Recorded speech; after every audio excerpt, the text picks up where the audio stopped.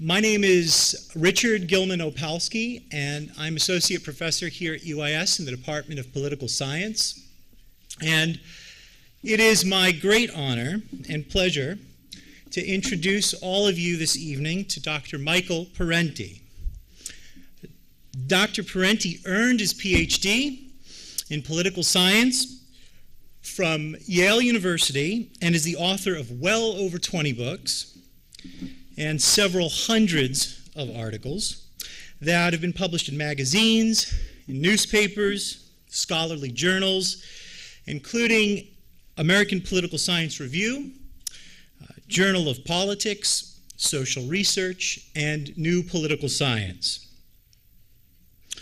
Dr. Parenti's work has been translated into more than 18 languages, and for over 40 years, Dr. Parenti has lectured frequently and widely throughout the US and around the world.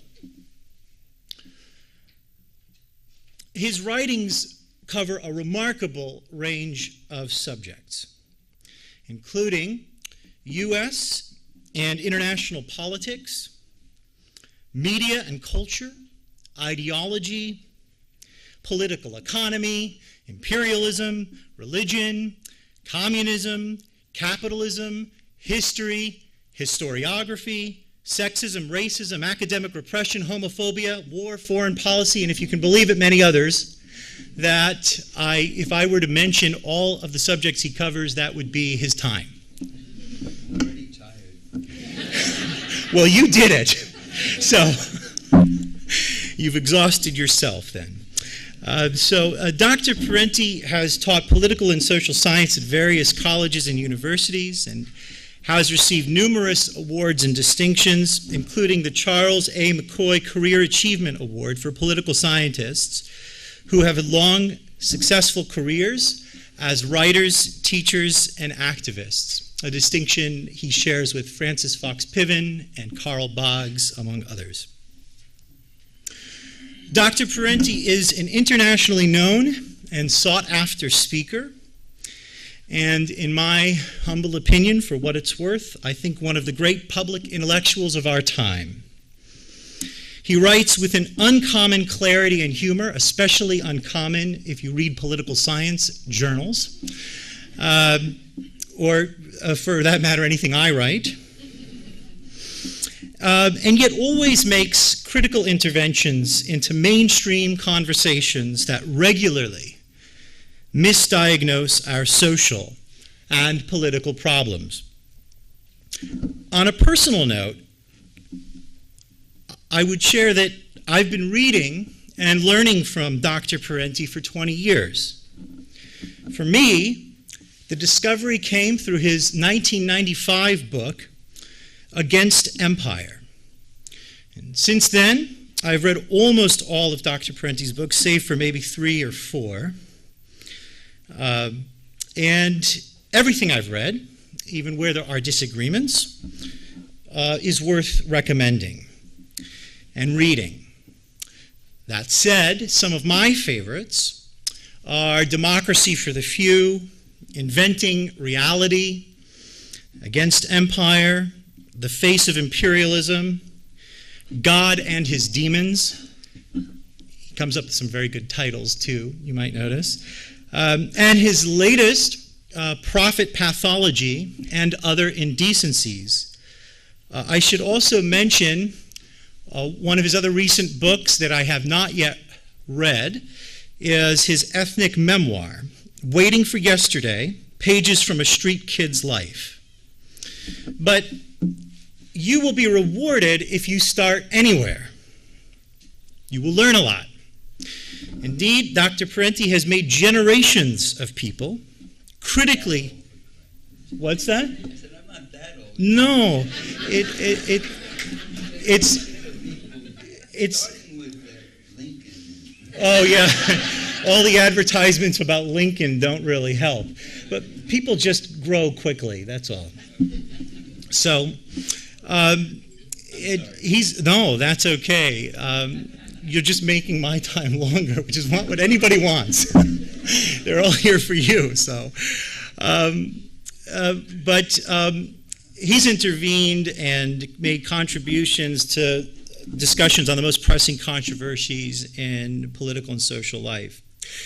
As a political philosopher, I read books by a lot of people who I cannot meet and I cannot thank. And I rarely get the chance to thank my teachers. I cannot tell Plato and Kant and Karl Marx and Emma Goldman how grateful I am for what they've taught me. But tonight, I can thank you, Dr. Parenti, so thank you. Now, this event is an ECHE event. An ECHE stands for Engaged Citizenship and Common Experience. Dr. Parenti's work consistently focuses on and encourages engaged citizenship, as his work has informed activists for some time. And common experience is always a central focus, as he focuses on the common experiences of exploitation, of poverty, violence, sexism, racism, manipulation, and others. This event is funded in part by the Carol C. Hall Endowment to further educate Americans about capitalism as a system and philosophy. And for that purpose, we could pick no one better, find no one better than Dr. Parenti. So please join me in welcoming Dr. Michael Parenti.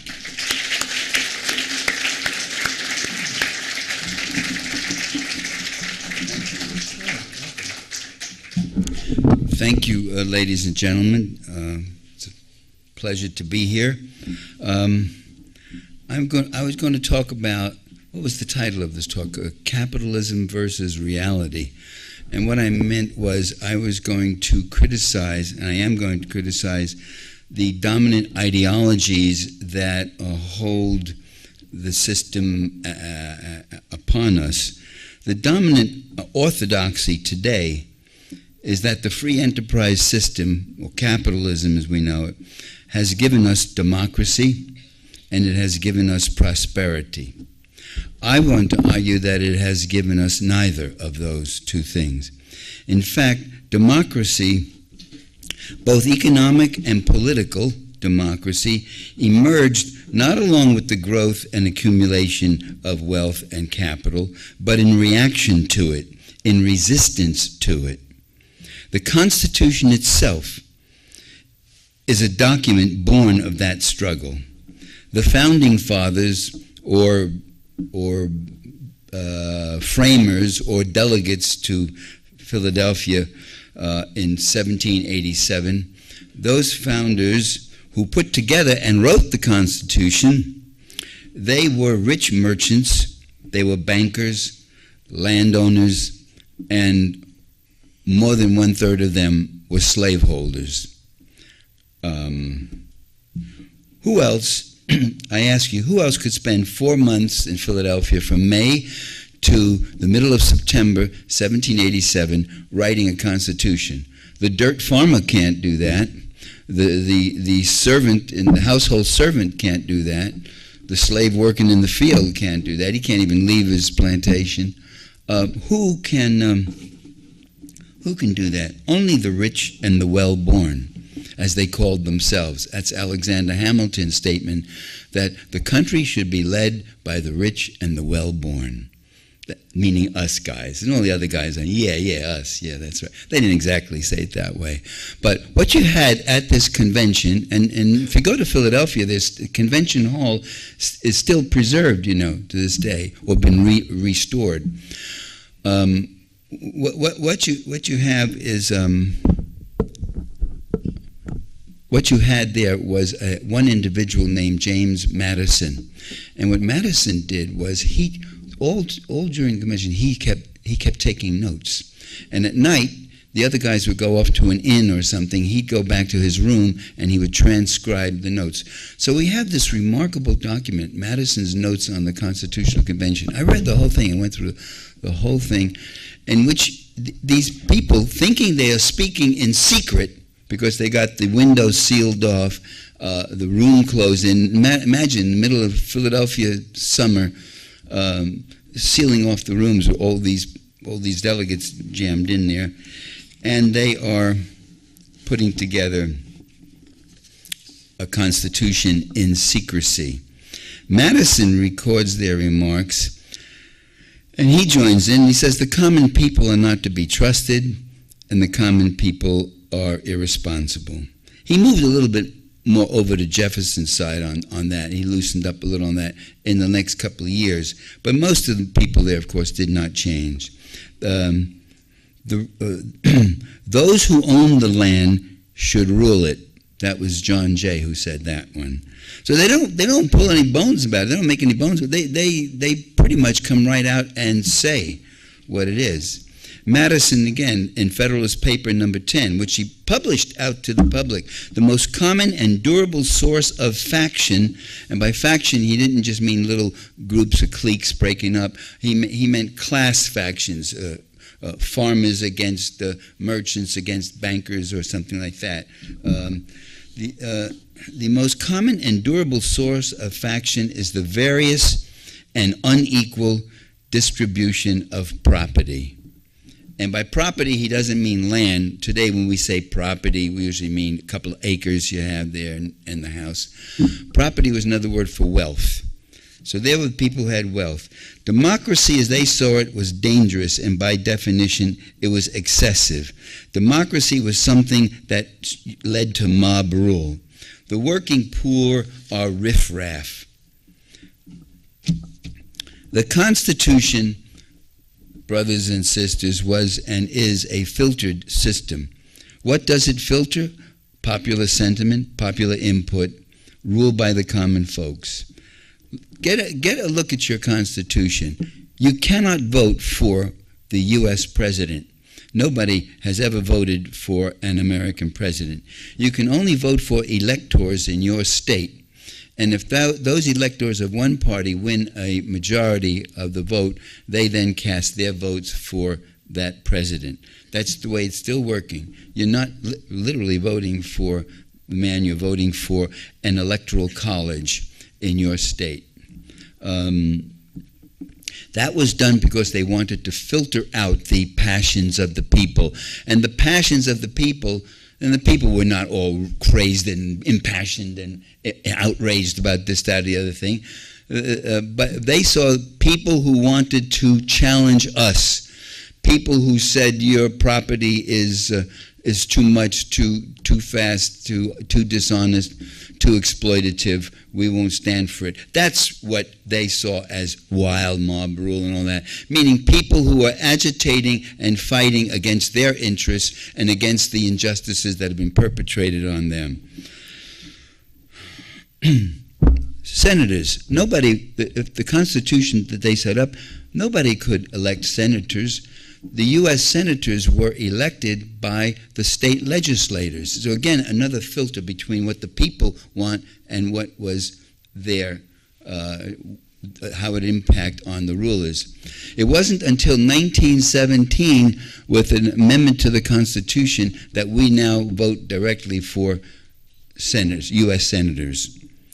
The Supreme Court, nobody has ever voted for a member of the Supreme Court. He's appointed by the president, and he serves for a lifetime. That is not democracy. That's oligarchy. That's ruled by a few who are unaccountable to anyone else. Then they got to the last part of government, which was the House of Representatives.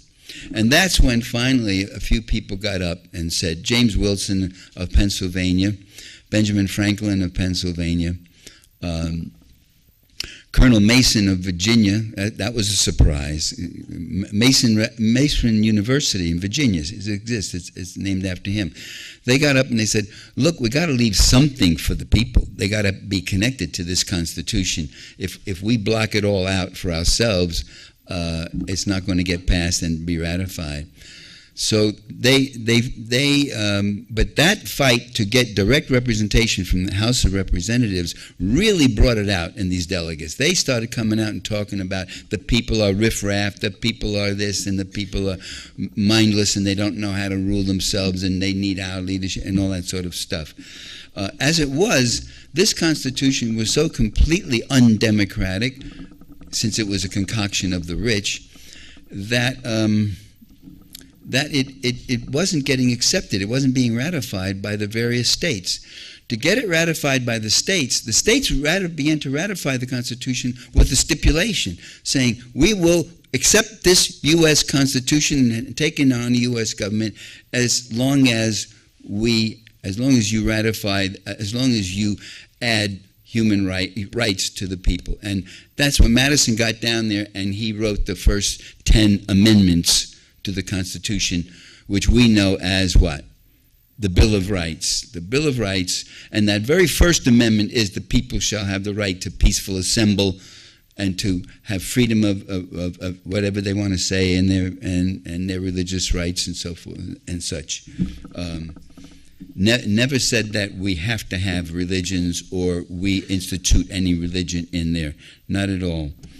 But, well, enough on the Constitution. That gives you an idea that how qualified our rights were in those days. Let me say something else about the ideology of wealth and how it protects a class system. Wealth and privilege rarely stand naked. Wealth is usually enshrouded in the legitimating myths that treat this or that social order as the natural order. Chinese landlords in feudal China, William Hinton wrote about this in his book Fan Shen. He lived in China right in the middle of the Chinese Revolution too.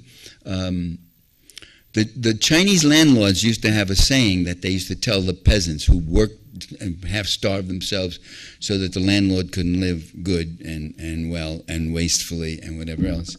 And the saying was that the sun cannot rise in the west.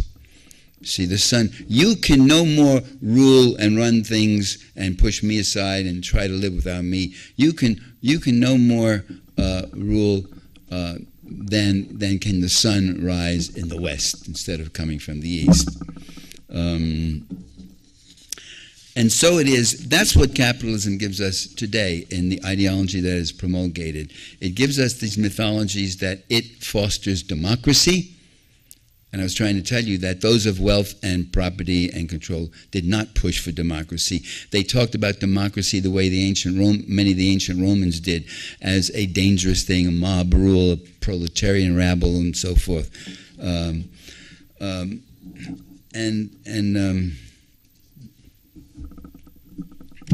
Okay, I forgot where am I? Doesn't matter. I'm getting there. Okay. Two basic things to keep in mind about democracy. First, it's not a system born of a blueprint. Rather, it emerged in imperfect fits and starts from the field of political struggle, most usually class struggle. In other words, it's not a Grecian urn that comes to us from the Greeks, from Athens, and says, this is democracy, and now we will do it and we will use it. It's a very messy struggle thing, and it's very closely related to class struggle, from the contest between those who possess wealth and property against those who do not. This said, the second consideration becomes evident. Democracy is more than a form of governance. It also has a substantive dimension. So I make a distinction between procedural democracy and substantive democracy, or to put it more bluntly, electoral democracy and economic democracy. We hear that the free market provides for us.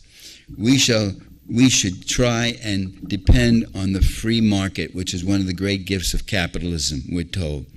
Well, we did. We've done it all through most of our history. We've depended on the free market.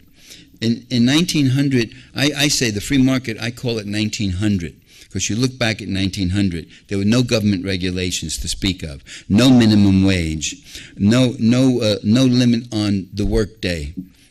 Workers were sometimes forced to work 12 hours, 14 hours, 15, 16 hours. Kids had to work. 8, 9-year-old kids worked in factories in 1900. That was your free market at work. Unregulated, free to do what you want. No minimum wage. No occupational safety. No consumer protections. You used to eat meat that was diseased and rancid, and people got sick from it. Upton Sinclair, he documented that in his book, The Jungle. And that was well after 1900, too.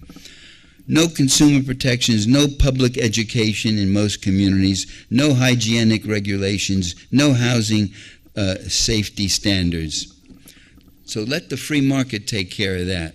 So that was your free market. That was the democracy. The struggle for democracy, the actual struggle for democracy does not go back to Franklin or James Madison or Hamilton or those people. It goes back over 250 years, 2,500 years ago, long before the Philadelphia Convention. Democracy is a wonderful invention by the people of history who were seeking to defend themselves from the greed and the abuses of wealth. That's what democracy was. Time and again, it comes up as a weapon to be used against the privileges and abuses of wealth. That's what it was in Athens in the 6th century BC, when Cleisthenes got up and ruled and had popular resistance and forces that came along with him to say, we want public control, we want public assemblies, we want to rule. The Hoplites, do you know, anybody here know who the Hoplites were? They were Athenians. They were Athenian people. They were farmers, though, and they were the guys who had enough money.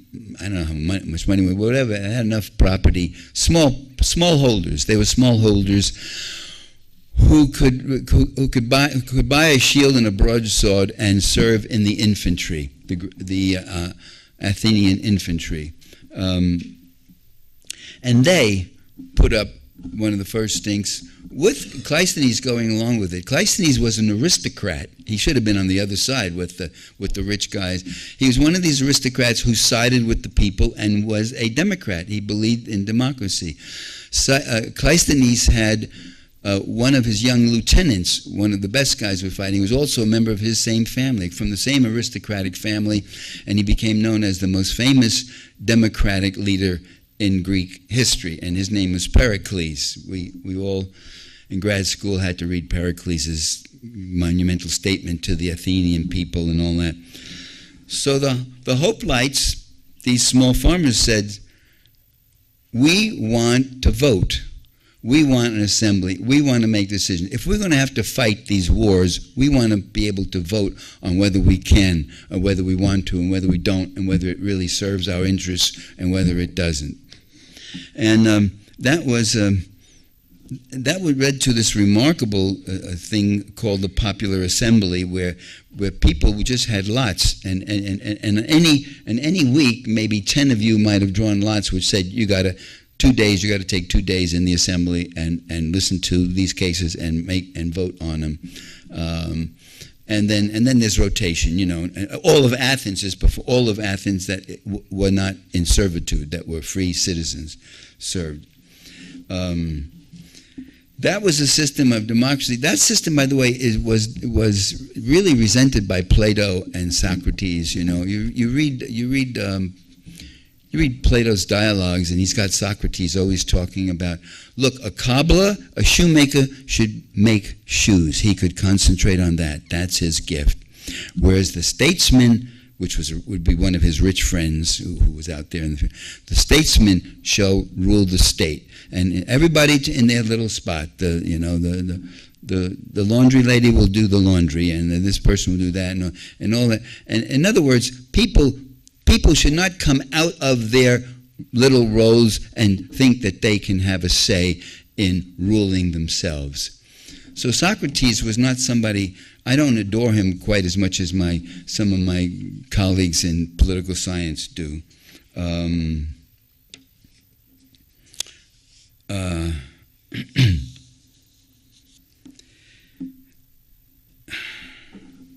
And there were important issues they fought. They fought over land holdings, wages, rents, debts, taxes, food, the fear of leveling. For Plato makes the point, Socrates makes the point too, that the people who are doing these drudgy jobs should not show up the next week in the assembly. They should just keep doing these jobs. In Sparta, they all love Sparta. In Sparta, those people are helots. They're slaves. And that's the way we want, that's the way we really want it. So the next time your political philosophy teacher tells you, you don't teach political philosophy, do you, Richard? Oh, I'm sorry.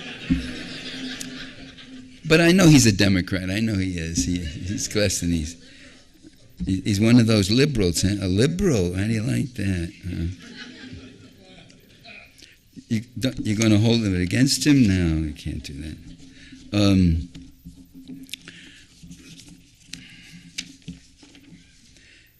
The struggle, there's something I want to say about this struggle for democracy and how it's against wealth, not wealth coming along, capitalism coming along and freeing everybody to use it, is that the pursuit of economic justice is what leads to the expansion of democratic rights. U.S. workers in the 1820s and the 1830s in America waged, in state by state, they waged, male workers this was, unfortunately it was limited to white male workers, but it was a step in a direction, to fight for the right to vote. Not because they particularly were interested in voting, but what they wanted was a better wage, a wage that they could live with. To get that wage, they had to pressure the bosses. To pressure the bosses, they had to form what were called combinations. But combinations, what today we call unions, but they were called combinations. Combinations, almost every judge in America declared them illegal and out of the way. So to get the right to a combination, you needed to start electing judges. To elect judges, you had to participate in campaigns. To participate in campaigns, you had to have the right to talk. You had to have the right to speak. You'd see organizers would come out into towns and hold leaflets up and all, and the sheriff would come and others would come and bailiffs would beat them up and throw them in jail. So the workers actually had to fight for free speech in order to organize, in order to fight politically, in order to get these material gains of a decent wage and something better, a better life, a better wage, the right to organize combinations. They had to change the law.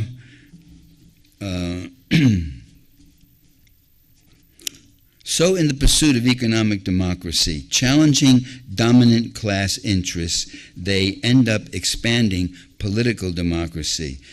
The expansion of political democracy becomes a tool, a more imperfect and inadequate tool for gains, as for instance with the New Deal and such.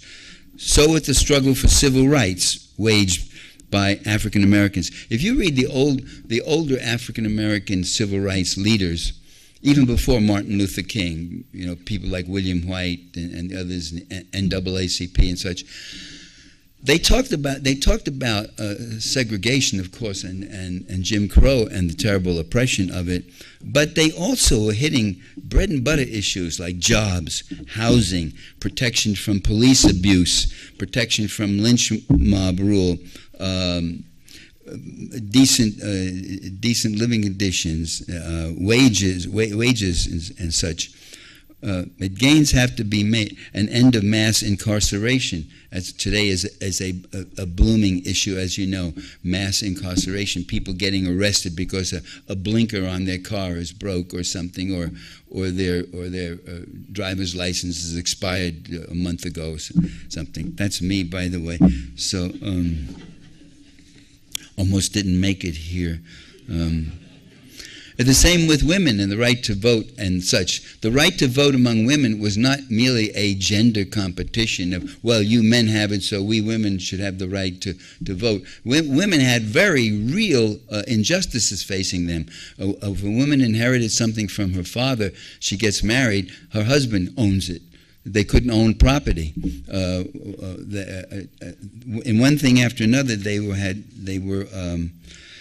they faced very real oppressions in work, in pay, in family, inheritance rights, education, personal safety, reproductive rights, all of which they are still fighting for. And as you can see with this new Congress here, waging war on Planned Parenthood and the like. So what we should do is observe that there's a close relationship between capitalism and democracy, an antagonistic relationship, a conflicting one. Historically, corporate capitalists have had a hard time dealing with democracy. They have opposed almost every democratic advance, the elimination of property qualifications for voting and office holding. The very super rich in America opposed eliminating that. The freedom of an independent press, they opposed that. To this day, they oppose it. The airwaves are the property of the people of the United States, yet the airwaves are licensed out to these big, rich corporations and companies, Fox and CNN and such, and they're controlled by people who have a particular view and who have the money to buy and hold all that airtime.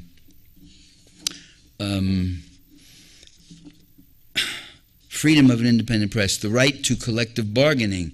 We're still fighting, breaking unions today as ever, living wage.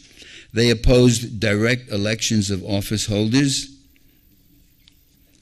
They are still opposing and suppressing voters' registration, making it hard to register. You go to a working guy and say, you got to go to the county office to register before you can vote.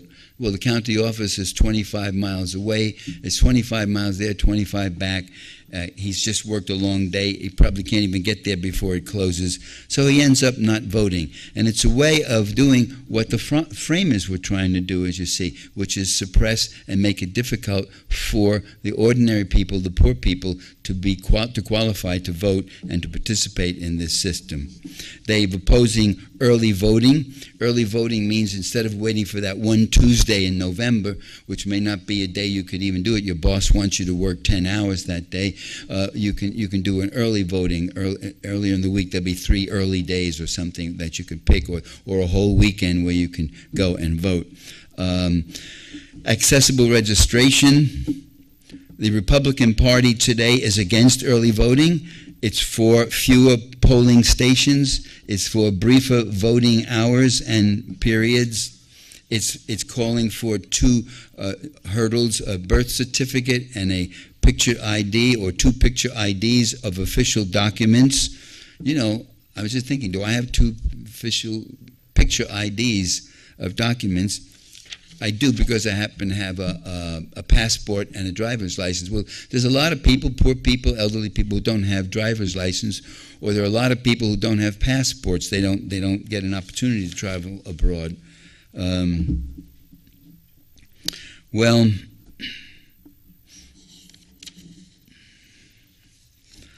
to defend their unfair privileges and exploitations, the plutocracy is ruled by the wealthy. Democracy is ruled by the demos. The demos in Greek, in the early Greek language, was the people, ruled by the people.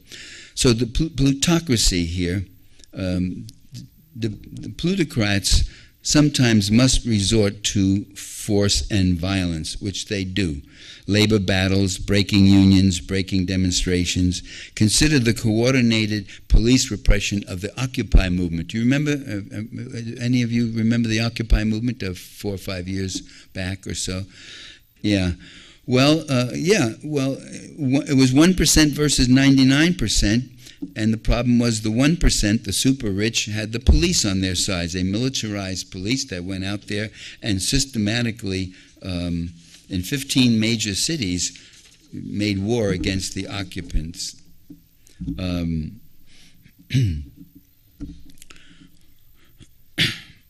Now, the plutocrats themselves today claim that they are proponents of democracy. They defend democracy. They pretend to be its progenitors, not only at home but abroad. In the last half-century, the leading capitalist nations have undermined and destroyed political reformist movements and revolutions in countries throughout Latin America, Central America, Africa, Central Asia, the Middle East, and just about everywhere. In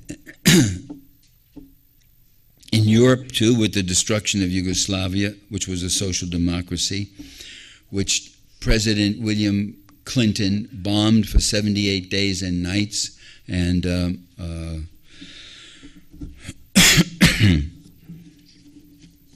and also infected with depleted uranium, so that in Serbia today, cancer is, they have the highest rate of cancer in Serbia, thanks to President Bill Clinton, who was looking after us, doing all that stuff. And they resist democratization not only at home but abroad. They resist reformist governments that pursue egalitarian economic policies, as in Libya and Syria, but they support those autocrats who pursue free market policies. The capitalist state, and that's what we live under a government that works in a capitalist system. The capitalist state has two core functions. The first is to maintain and advance capital accumulation. That is, the companies, the corporations have to keep making their money, and that process of them accumulating wealth has to be protected, and it's being protected very well. In the last 10 years, all the new wealth that has been produced, it is all in its entirety. Just about all of it went to the top 1%, 1 or 2%.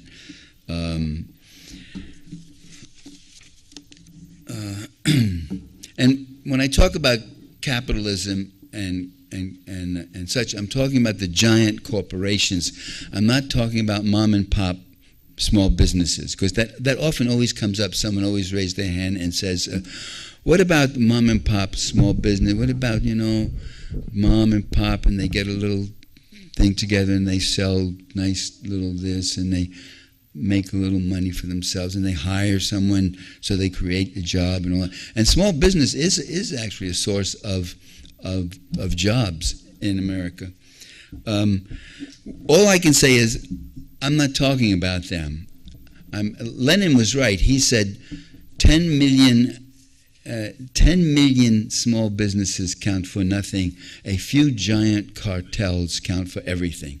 A cartel is like the oil cartel, which would be made up of Exxon and Mobil, and all. They collude together, and they divvy out the market, and they play with the prices and the like. Small businesses like, I call it the squirrels dancing among the elephants. And you know what happens to squirrels would dance among elephants. Have you ever seen it? No, you haven't. But they tend to get smashed and squashed. I think something like, what is it? Is it something? It's over 10,000 small businesses, or maybe it's 5,000. I forget the number now. A week. A number of thousands of businesses a week go out of business, small business. A lot more open up, maybe, but and it is a source of I've been accused of being soft on small businesses, and that's true, I am. As individuals, capitalism does not usually bring out the best in us.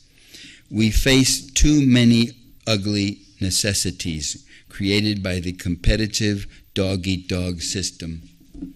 Unfortunately, capitalism best rewards the worst part of us: ruthless, competitive, conniving, opportunistic, exploitative, acquisitive drives.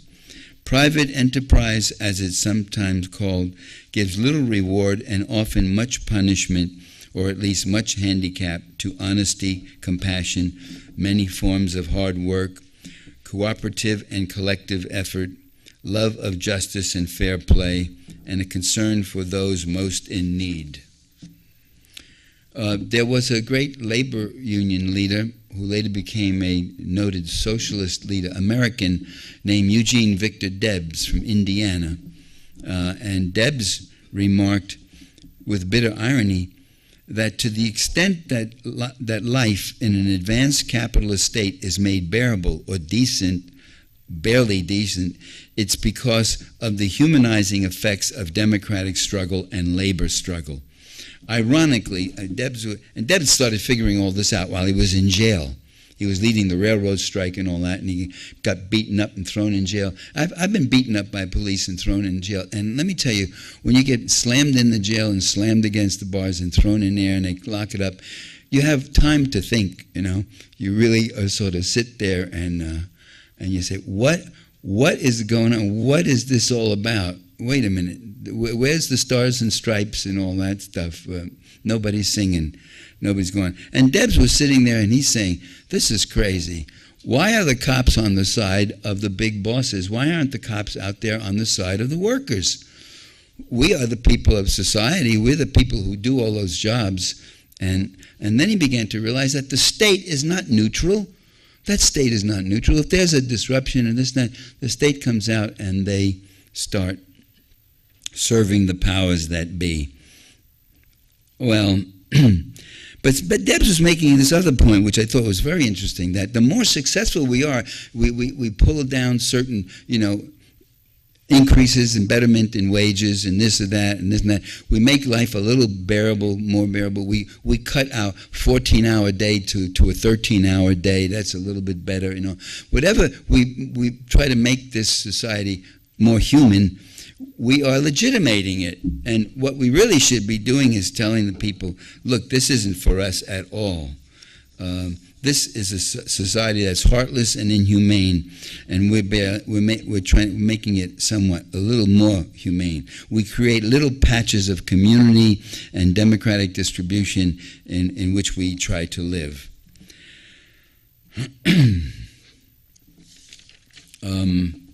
Is capitalism not a successful economic system? It has success. It has produced, it's the envy of the world, what we have in America. Well, it really isn't. It depends on your position in the social order. Let's start with capitalist leaders.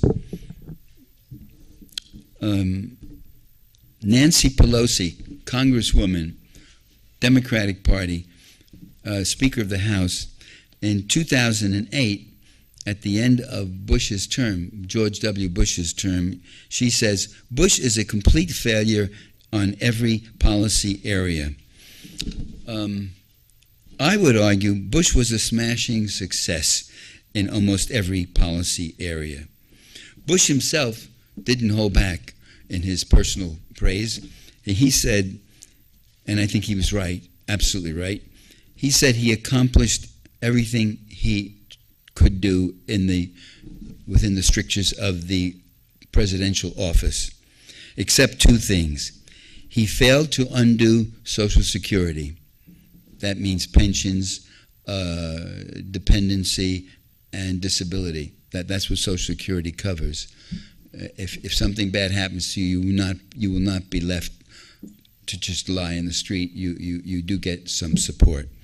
It's a socialist program. That's socialism at work. And they are dedicated, the conservatives are dedicated to eliminating it every chance they can get, or nibble away at it, or break it down, minimize it. Bush also pointed out that he brought in, no, he doesn't point it out. I'm pointing it out what Bush did. I'm sorry. Bush had provided massive increases in the military budget. A military budget that went from $250 billion to something like 526 billion. Today, under Obama, it's closer to $1 trillion a year. $1 trillion a year. Some of that money comes from the Energy Department, some of it comes from other things, some of it comes from these other wars that are then slapped onto this budget as an extra budget. Massive shifts in tax burden from the working class, to the working class and middle classes.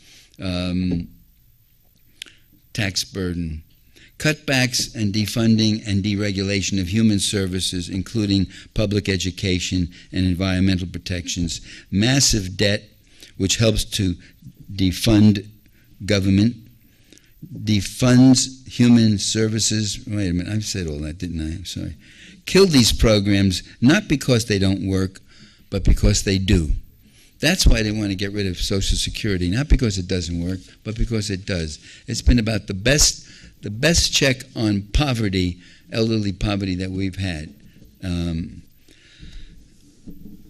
Capitalism is less successful in the more prosperous countries. That is, a country that is prosperous, like Finland, Norway, Denmark, Sweden. These are the social democracies. After World War II, they faced the Red Army on the Elbe, along the Elbe River. They faced all of Eastern Europe was now communist. All these communist countries were now providing Social Security, old age pensions, supports, guaranteed right to a job to every worker, free medical care to every worker. This was going on in the communist countries. Subsidized rent and housing. No worker could spend more than I think it was 15% of his salary on rent. So you were guaranteed. You didn't have to put all your money on your housing.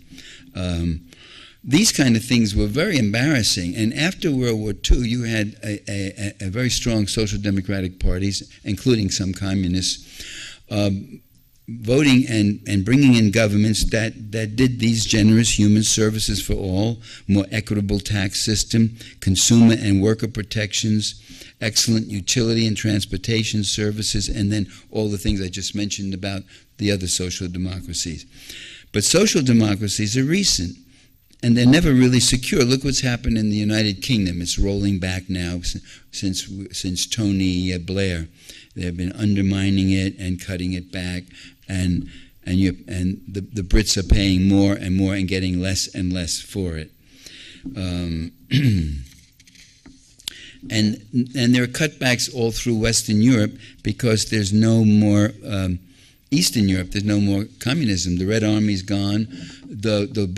The big communist parties in France and Italy are pretty much gone.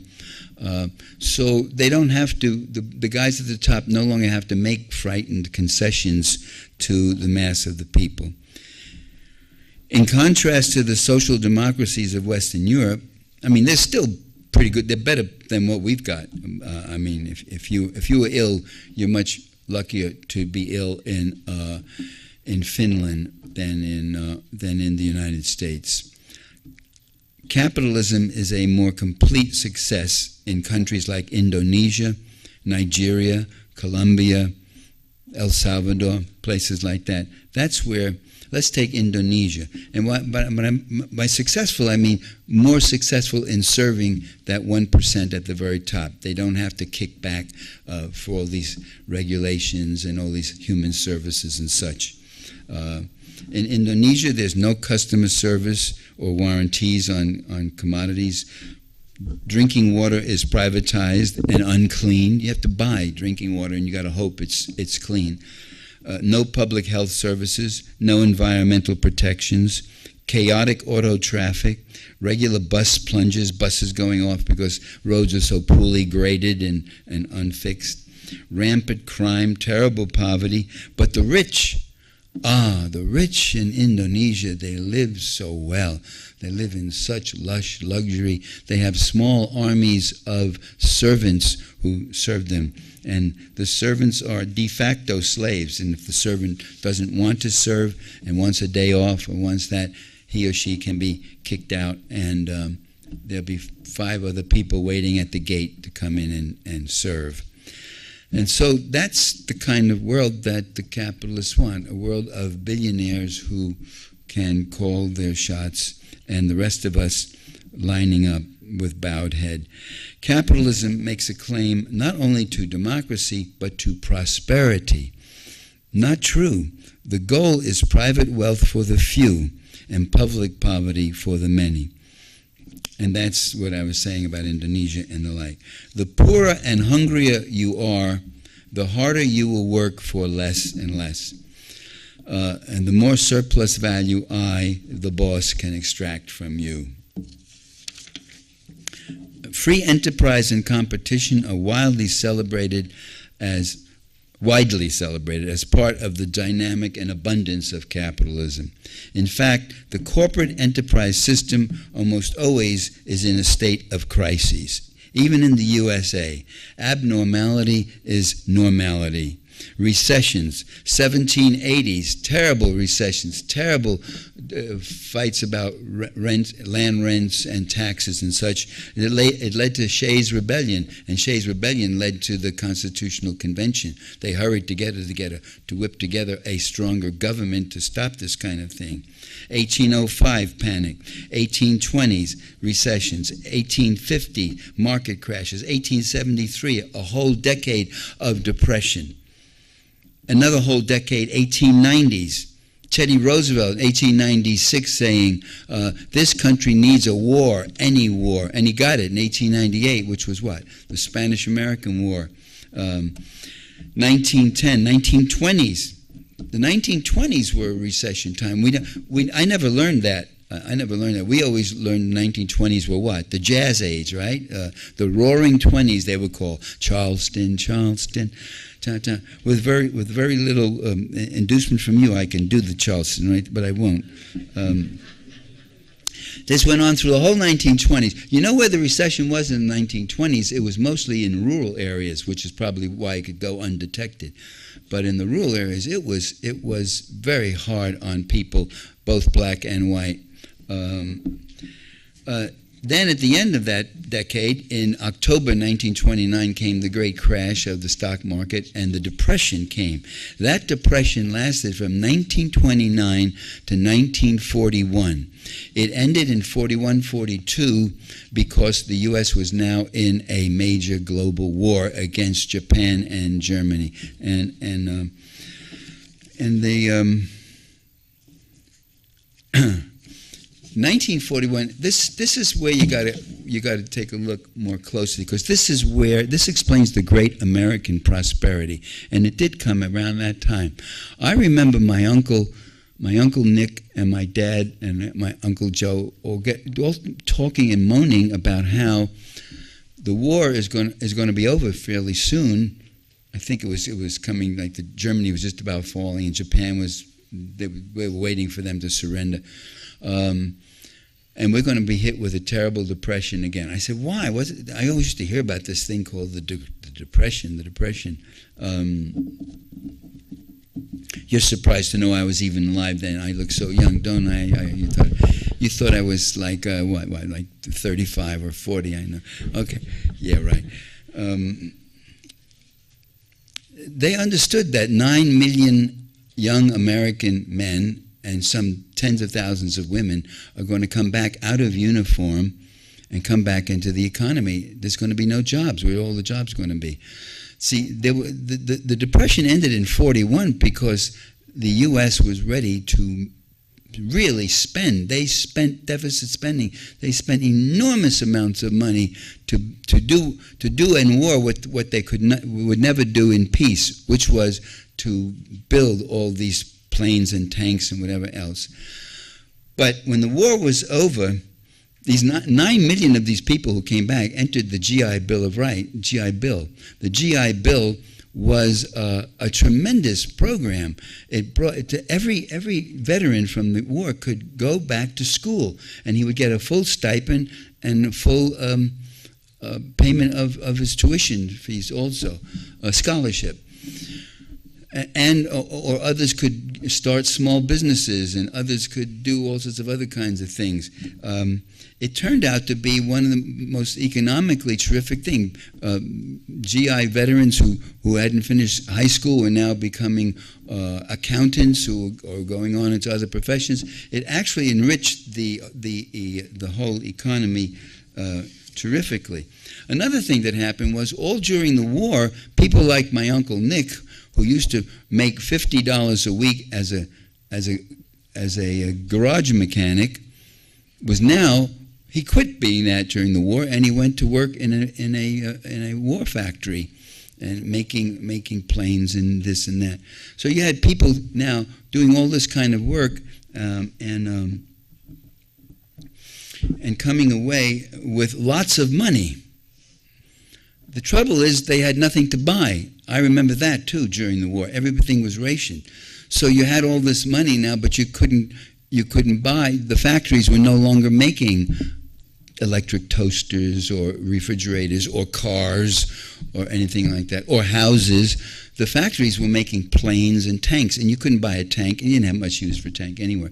But so you had this immense backlog of buying power.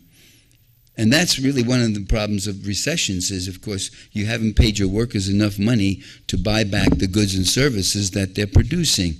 And that's why you have a recession. So all of that was changing. The GI Bill and then this and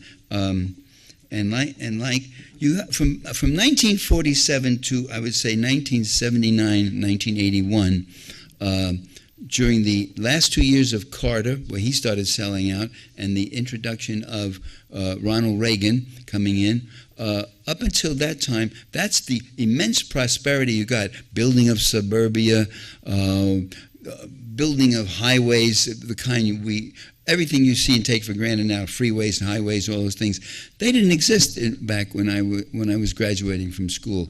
When we heard that the Pulaski Highway in Jersey, did you hear about it? You can go 60 miles an hour. Wow, 60 miles an hour. Yeah, a mile a minute. Well, that's only 60 miles an hour. What's so fast about that? We learned later on as more and more cars came out and this and that. So there was this kind of backlog of consumer hunger, a consumer hunger that's backed by money, by ability to buy for it. And that's what became that became the basis of the great prosperity, a prosperity which is now eluding us, a prosperity which is declining and declining. You hear reports about 20,000 more new jobs, but they don't tell you about the quality of the jobs, the paying of the jobs, the durability of it. As part of the myth of prosperity, the Horatio Alger myth, as you know it, the view that every generation is more prosperous than the previous one, it just isn't so. In the last 20 years, all the new wealth created went to the top 2 or 3% in the last 20 years. The rest of us have worked harder and stayed much in the same place. And if you're working harder and harder to stay in the same place, you're not staying in the same place. You know, you're being extracted. Our national debt is greater and greater. It's up to, what, 17 trillion now? We, the taxpayers, owe that. The national debt belongs to us. Karl Marx made that point in Capital, Volume 1, where he said, of all the things in society, the one thing that belongs to the people is the national debt. They own it. They'll be taxed. They have to pay it.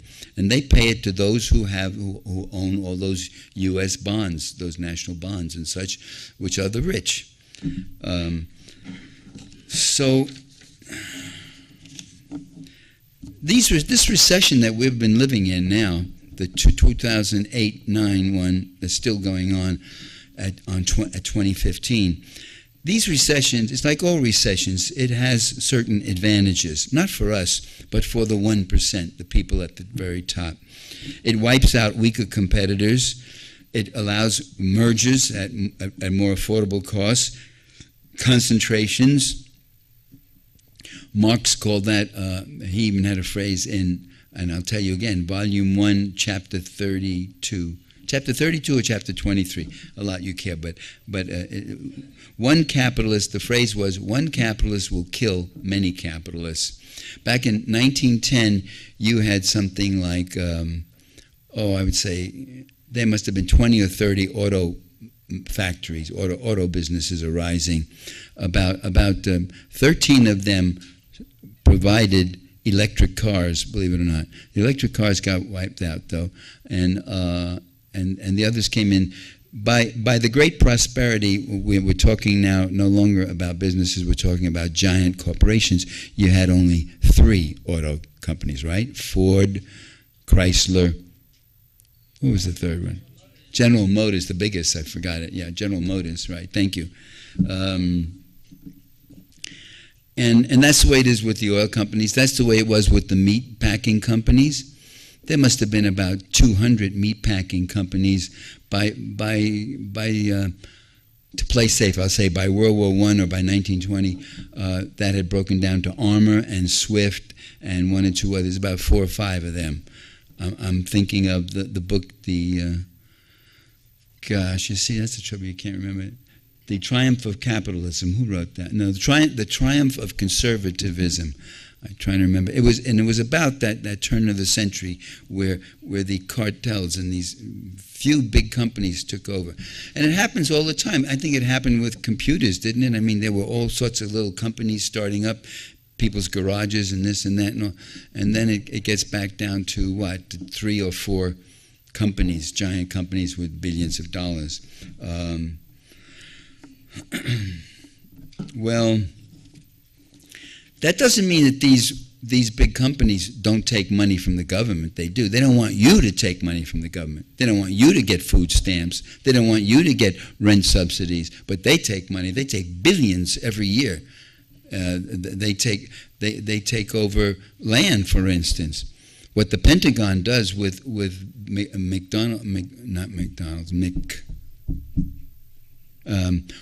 some of the large what?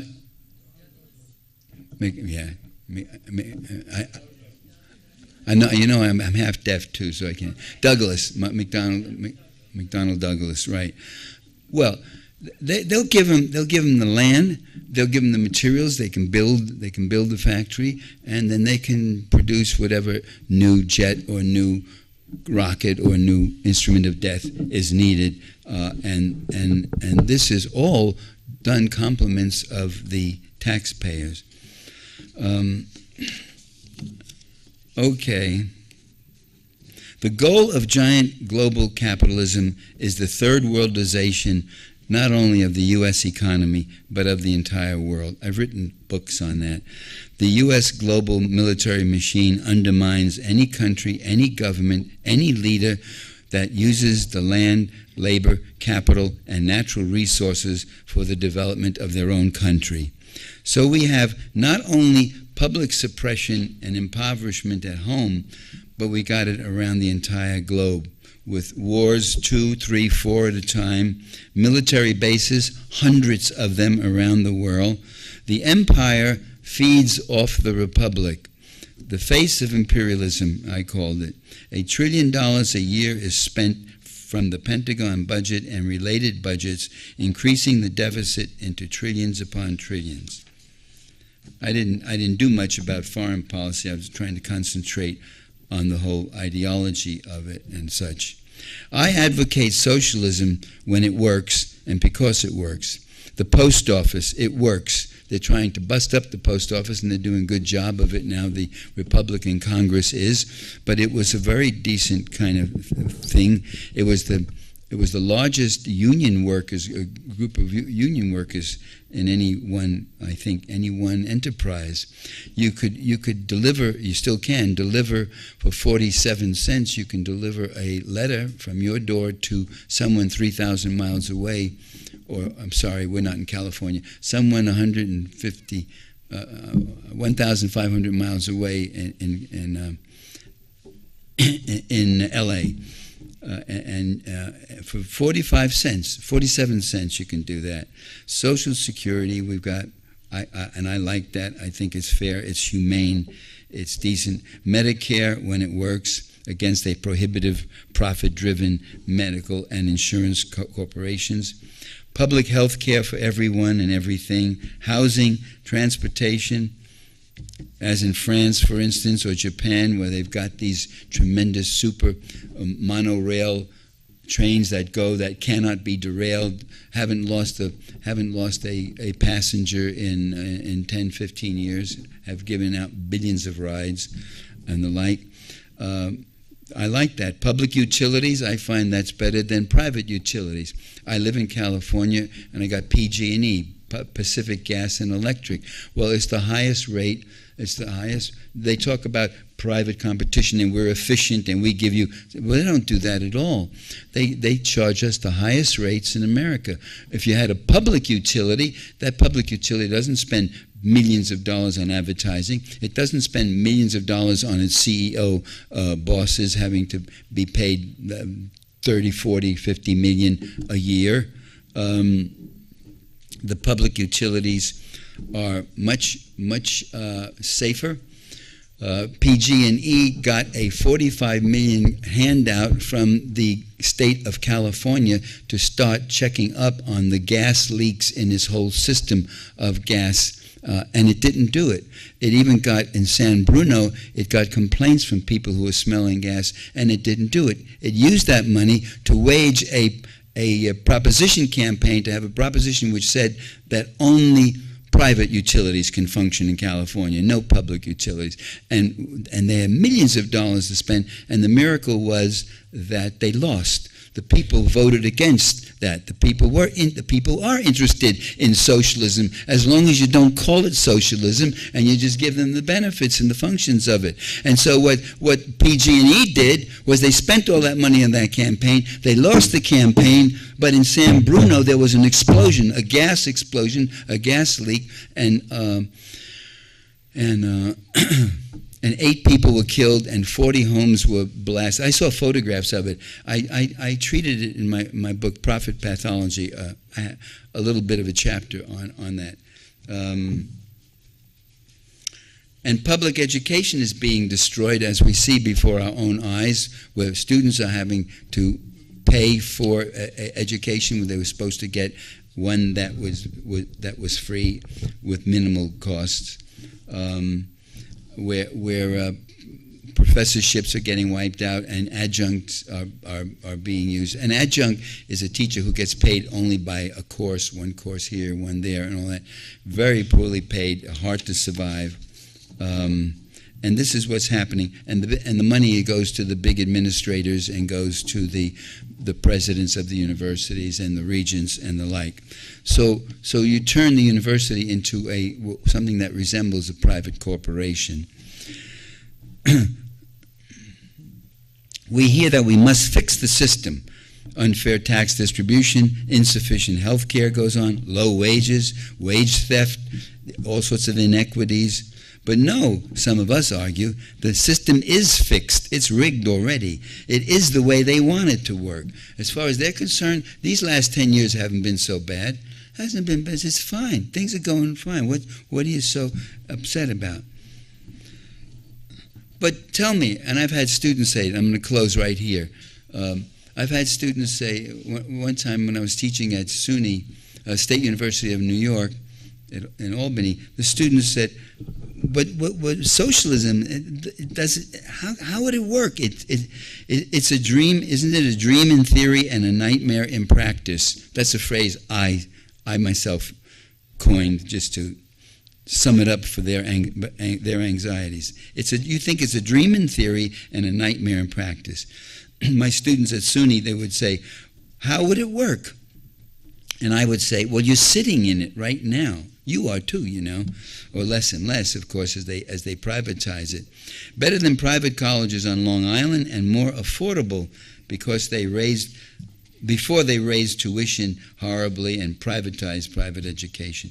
And so I'm for that. I'm for real public education. I'm for real public utilities, for public housing that's affordable and made in a humane fashion, public transportation, public hospitals. So I advocate socialism because it works when it works. Small business, small services, maybe they could also work and have a place there.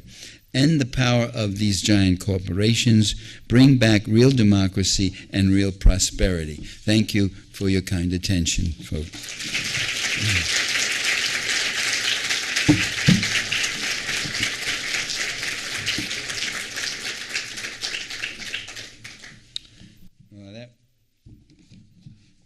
That went too long, isn't it? We're going to have a Q&A now. Yes, yes. Uh-oh, are we on now? Yes. We have some time and space to have some questions and conversation about some of the topics, points, arguments of Dr. Parenti. And I will help moderate that discussion. And why don't we just see who's got something to say? I don't know. Am I on? You are on. I'm on? That is a hot mic. I did it right. How do you like that? Dr. Parenti, I was just wondering, you said that universities, the education system, is aligning more closely with capitalism, privatizing, and becoming more consumeristic in nature. With that being said, do you believe that the university still has a role to play in the public sphere in democratic struggle? And what might that role be if so? Well, that's another thing they did. That is, they've taken students. Students have been a very political activist group, social group in America. If you go back to the Vietnam War, and you even go back during the Depression and such, students often showed up and fought for good causes. What we got now, though, are students who are getting crushed by debts. You know, it's hard to go out there and spend weeks organizing and such when you got $75,000 debt that comes up when you're going to graduate next week. So,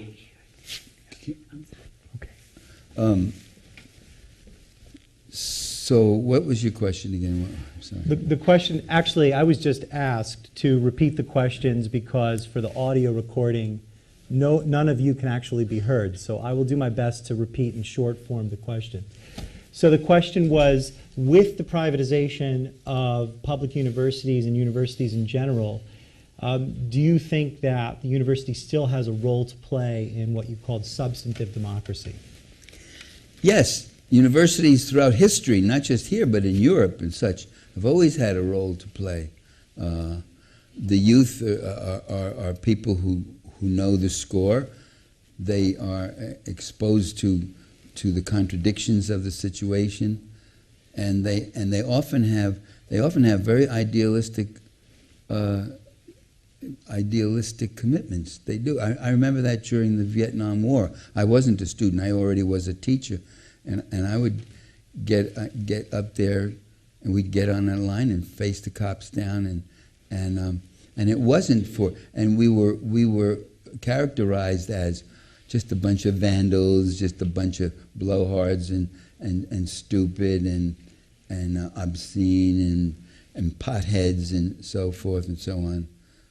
I mean, so who do we face? We face these cops who are heavy drinkers and got clubs in their hands and want to beat up defenseless. They're very brave. They're very brave when the other guys don't. When the other side has no armament or anything, then they're ready to hit and kill, as we still see today, don't we?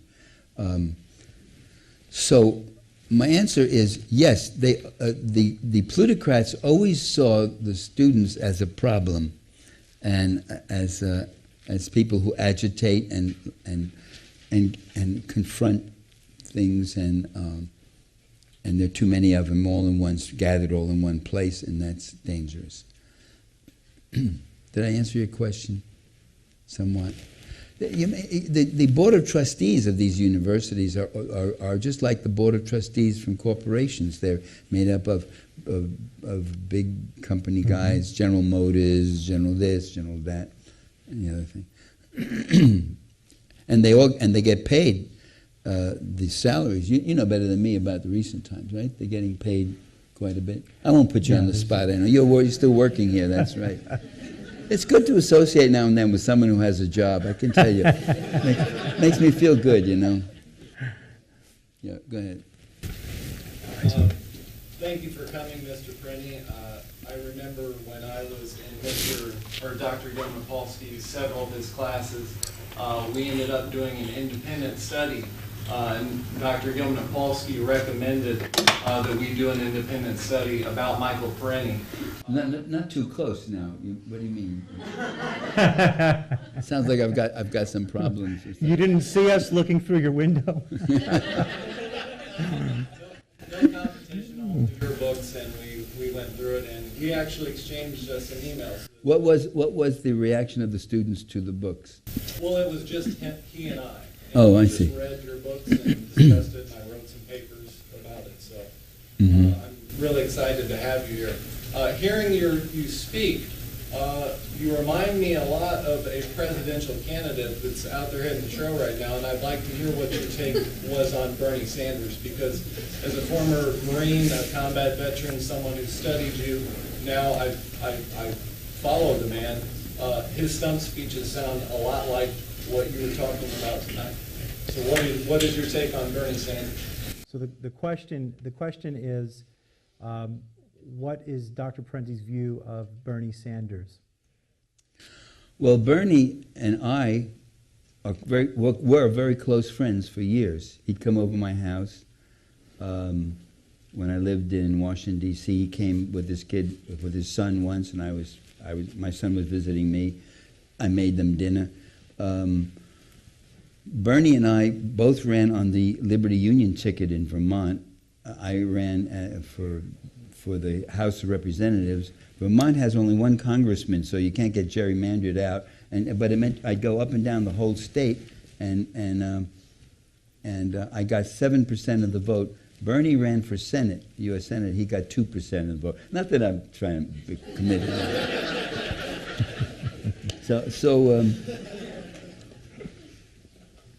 And very close to Bernie. His last words to me, I remember when he came to, where the hell was it? In Washington, I think it was. No, it was right in Berkeley, California, when I was living there. Bernie came to Oakland, and he said, "Where have you been? I haven't seen you. Stay in touch with me." I said, "Oh, sure, I will, Bernie." But then came the Yugoslav war, and Bernie sided with President William Clinton and supported the bombing of Yugoslavia, 78 days and nights, depleted uranium, which has left Serbia today with the highest cancer rate in all of Europe. I vigorously opposed that war and wrote a book about it called To Kill a Nation, the attack on Yugoslavia. And Bernie, as I told Huck was a good friend. I forget Huck's last name. He was a professor from the university who took a leave to go work in Bernie's office when Bernie was now in the House of Representatives. Bernie went to the House of Representatives. He got elected mayor of Burlington and then House of Representatives and then the U.S. Senate. And now he's doing this try for the presidency. What was I saying just now? What do you think of his campaign, and what do you think of his bid for the presidency? No, there was something I wanted to say about this. I hate when this happens. When I get tired, that's what starts happening. You guys split over the Yugoslav war. Yugoslav war, yeah. I said he's standing shoulder to shoulder with NATO and the CIA and the White House and Bill Clinton and these creepos for a war against these people like this. I said and that's when I broke with him. I stopped sending contributions. I stopped. Furthermore, his salary was way bigger than what I was making. And so when I saw that he was running, and I put on the little thing to see some of the events with 10,000 people, I must admit I sat there and it was very touching, and I was so happy to see it. I was very happy to see Bernie getting up there, 10,000 people, and the powers that be have to deal with him in some way now. He's like a big blister in the way, and they got to deal with him and say, well, blah, blah. And mostly they don't say too much. They just concentrate on Donald Trump, you know. Yeah, I think it's great. The trouble is he's still not saying anything about foreign policy. He's still not criticizing. The empire feeds off the republic. We don't need an empire with 70 military bases, 700 military bases all over the world. We don't need to be fighting 2, 3, 4, 5 wars all at the same time. This is crazy. That's all. Bernie hasn't said a word about those things. He hasn't. He's just not said anything about it. So he's good on local issues. He's really, I think, he's a liberal Democrat. He's not a socialist or not even really a left progressive. He's just sort of he'd be a good liberal Democrat. But look at what he says. He says, and we want the rich to pay their share too. What do you mean? We want to stop having the rich rule our lives and rule our minds. That's what we want. And I think he could do a lot better on that. And he's going to have to say, it's not just me. I was alone years ago about his position on foreign policy, but a number of other people have brought it up now too. So he will have to start saying something about foreign policy, which would put him at odds with the national security state boys who play for keep. When you get into arguments with them, you got to be careful about your plane crashing or your car skidding and going off the road, or a lone assassin coming over and killing you, you know, as John Lennon happened to him, remember, and a few others, supposedly. In the back, yeah. Please stand up and speak louder, because you got. I'm 82 years old, and I am 82, and I can't hear very well. And my question is, you speak a lot about capitalism and how corporations are controlling the decisions that's going on in our society. What are some suggestions from your perspective on how to combat those issues so that we can move from that type of point of view and that control that the community has? So let me just repeat the question. The question is, what are some things that we can do to combat or counteract the control of capital, of money, over our lives? Is that fair? Okay, thank you. We could go through this talk again and pick out things. We could get rid of the 40, 50, 60 billion dollar direct subsidies that are given to corporate America for export supports, for equity freebies, all sorts of things that they get. Look at the farm bill every 2 years. My God, the payoff. And it doesn't go to poor Joe the farmer or Joe the plumber. It goes to big agribusiness. That's who. So you can stop doing that. You could start organizing. You could start organizing the work in a more communal and communitarian way. And we have evidence that Americans are quite capable of doing communitarian work. You don't have to be a Chinese peasant who does it from feudal times or something or other. People of all sorts immediately see where their interests are, and they have skills and all that, and they could do those things. So that's what I would say. I would say we'd have to start moving away. Look, this system wouldn't survive if it wasn't the federal government pumping it and giving it what it is. One of the things that the capitalist system needs is what the government is there for, is to protect the capitalism, to protect the capitalists from the capitalists. As I said, one capitalist can kill many capitalists. It's a cannibalistic system too. So these are some of the things you would do, and there are others too. It's an interesting question. You could start, because you already have people doing it. Gar Alperovitz has written a number of books on this about the worker communitarian ways that workers who own their own factories and work for nonprofit Everybody gets a salary. Maybe some people who have more responsibilities and longer hours will get more salary, a little more salary. But there are thousands of workers in America who work in worker-owned businesses, and that could tell you then how it could be done, and they'd be perfectly right, and with regulations to make sure that these products are safe, because you could have workers producing something that's not safe either, you know. Okay. Yes. Yes, you. I'm sorry. Sorry, what you're talking about also makes me wonder what your thoughts are on the stock market and how that. Got any good tips? No. I guess I feel as if the common man's involvement in the stock market and how much we are leveraging our futures on the profitability of stocks is a direct contributor to some of the ails that we have now. What are your thoughts? The question, to repeat it for the recording and probably for the people in the overflow room as well, is to get some of your thoughts on the stock market, on financial capital, and all that. Yeah, hearing it twice, I still don't know quite what to say. No, but it's true. It is it's shameful that people who've worked hard and saved their money then have to gamble it on the market because they realize they don't have enough and they're going to drop dead in a year or two. They got to hope that they'll drop dead in a year or two so that they can not be penniless or end up out on the sidewalk. And so they go into the market and they do that. That's true. That's true and it's true that as people get older, but they're getting poorer, the way this system is rigged, that contradiction is going to get more intense. And the market becomes a place where people hope they can make money without working. That's what the capitalist does. And it's a big gamble. It's a big shoot.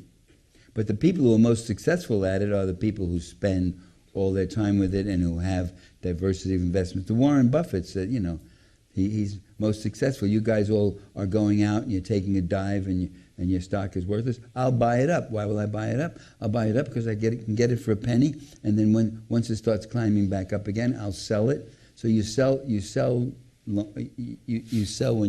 when your stuff is going high. You sell then, and when it's going low and it's going out, and then you buy those.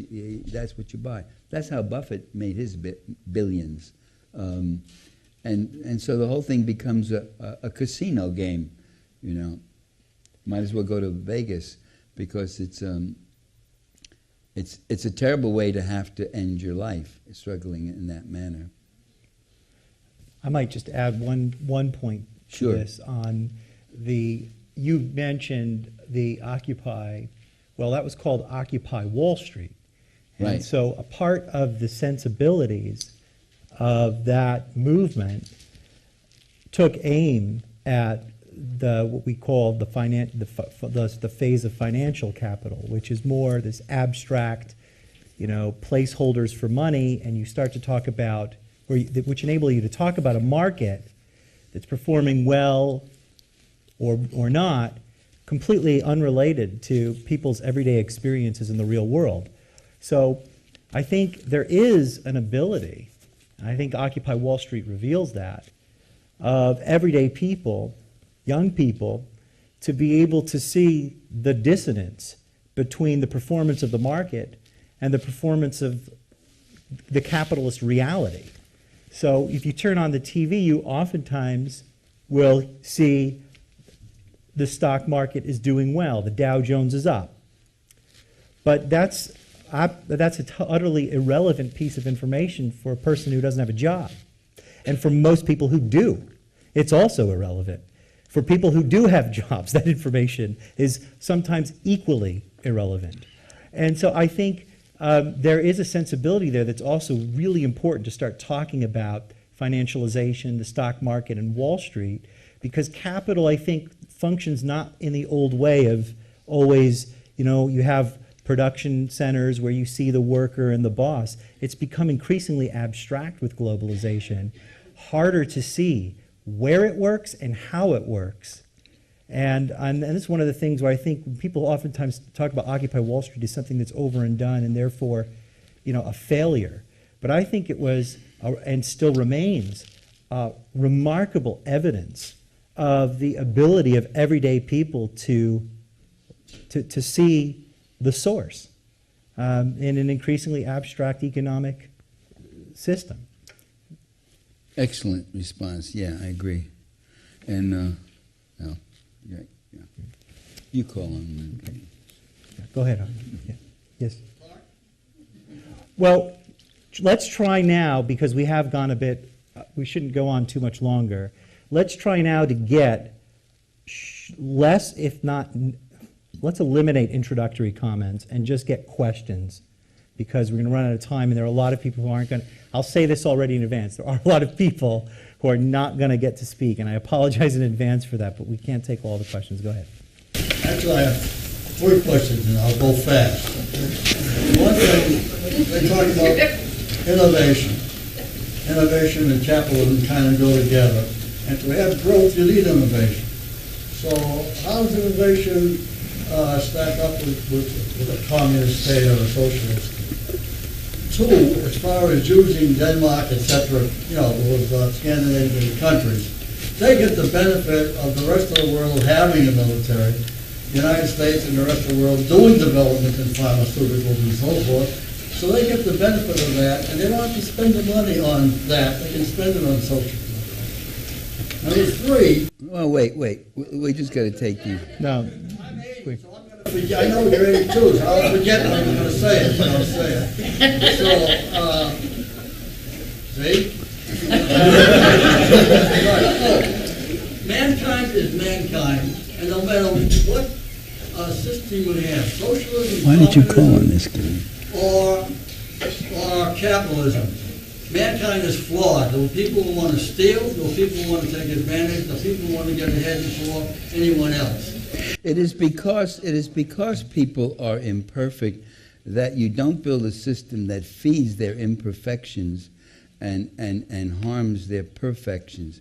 That people who want to help, want to do things, want to make it all fair and square, they get into trouble, they get unrewarded, they often get punished, whereas the people who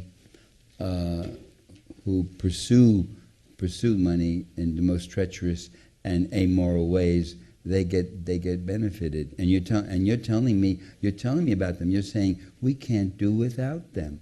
You got it in your brain that we can't do without the people who steal and deceive and plunder and produce and innovate. They do innovate in many ways. Adolf Hitler innovated too. Well, the question is not, and there was innovations in communist countries. I'm sure some of those things were. I went to Cuba and I saw things they did, and I saw other things they didn't like and all that. And it should be open, and it should be open and be able to be debated.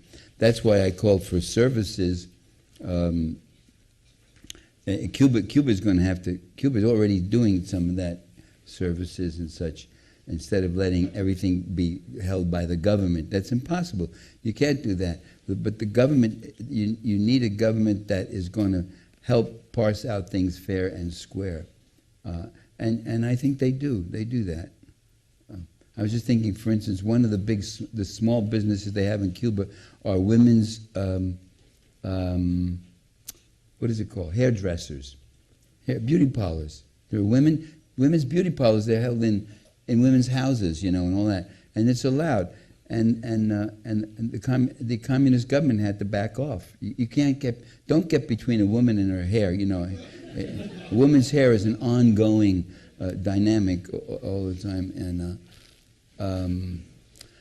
so you can see how innovations. You can see things that are wrong. I was talking about plumbers who were terrible in Cuba. They go and they fix here and they leave it draining over there, and they don't care. They go home.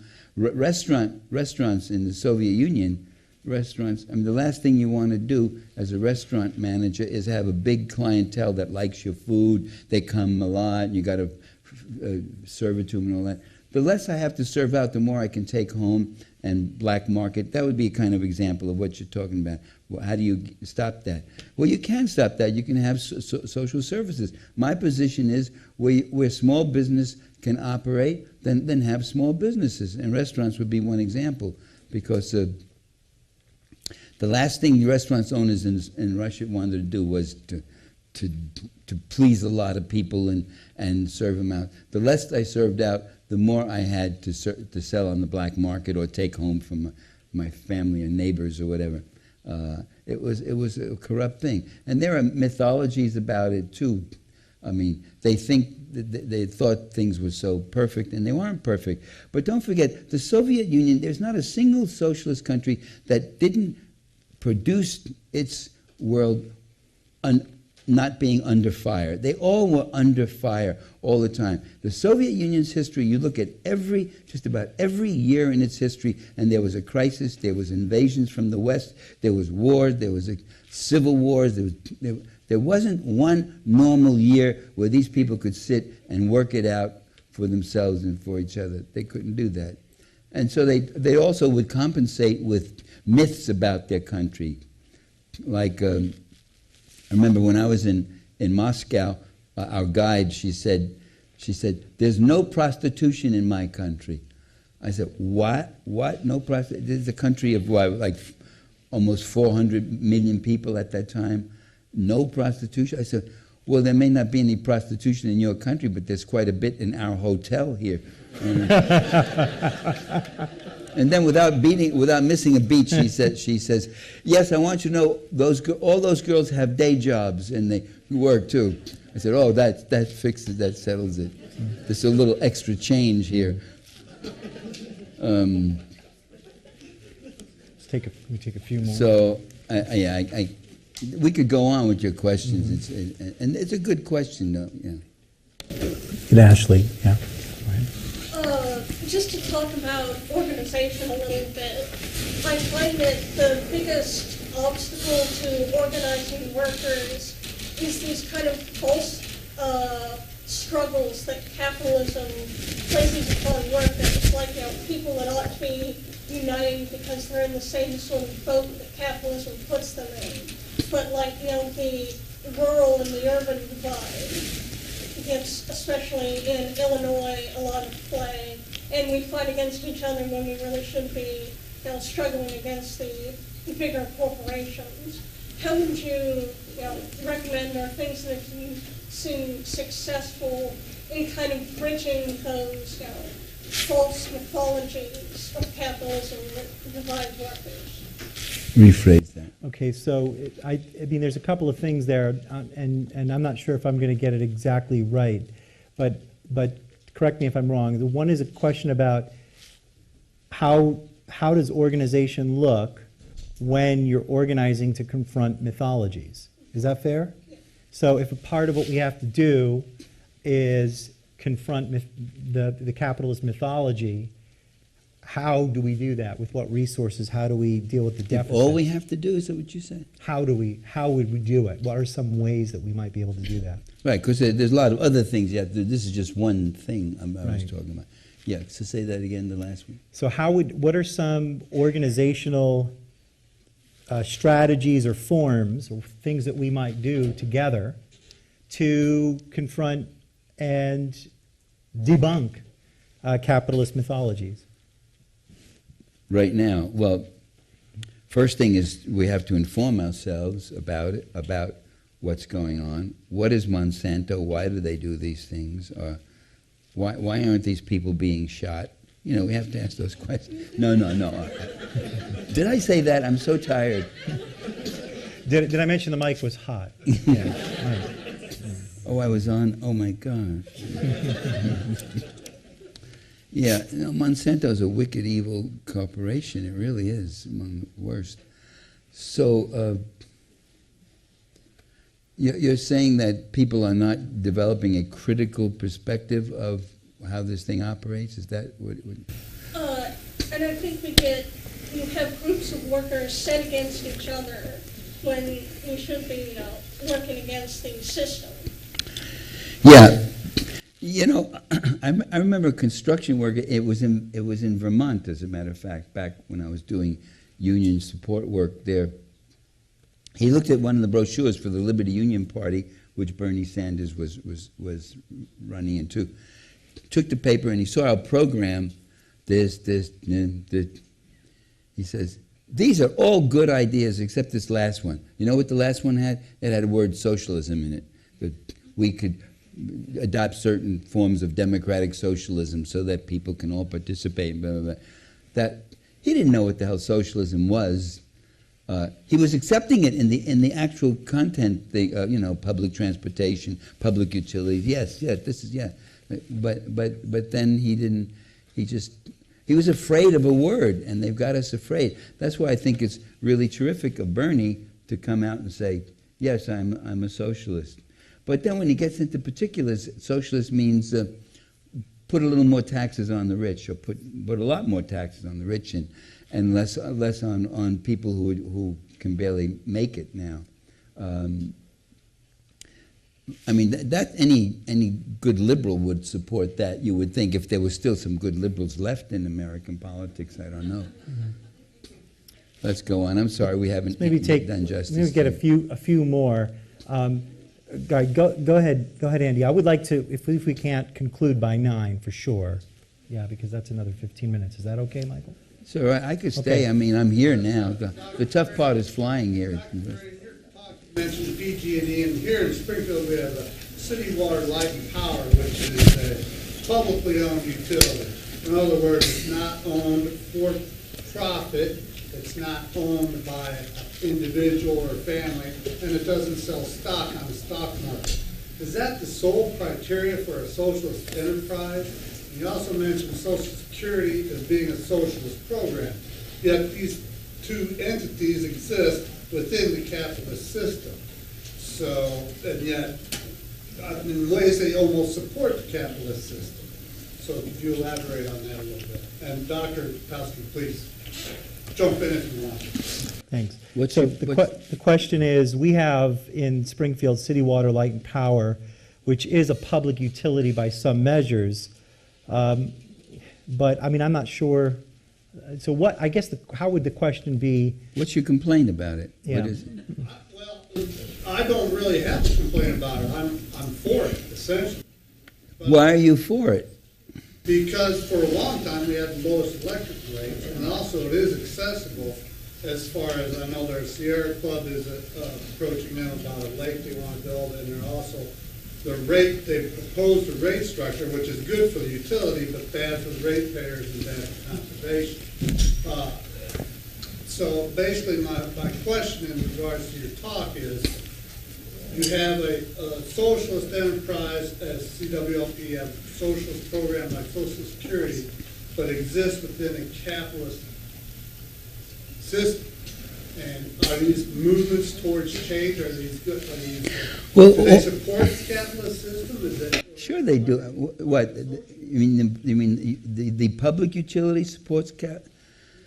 Well, I guess it might. It has to function in a capitalist system, but no, it's not supporting capitalism. Capitalism is when these lights go on and somebody is making money off the fact that these lights are on. Somebody who doesn't work with these lights, who doesn't work with anything we do, but something comes out of your pocket. If you're paying for this, if you're paying with your tuition some of the expenses of this university, you're paying for these lights, and the Koch brothers, maybe they're the guys involved in it, or David, the Koch brothers, right? Mm-hmm. Or maybe David Rockefeller or somebody.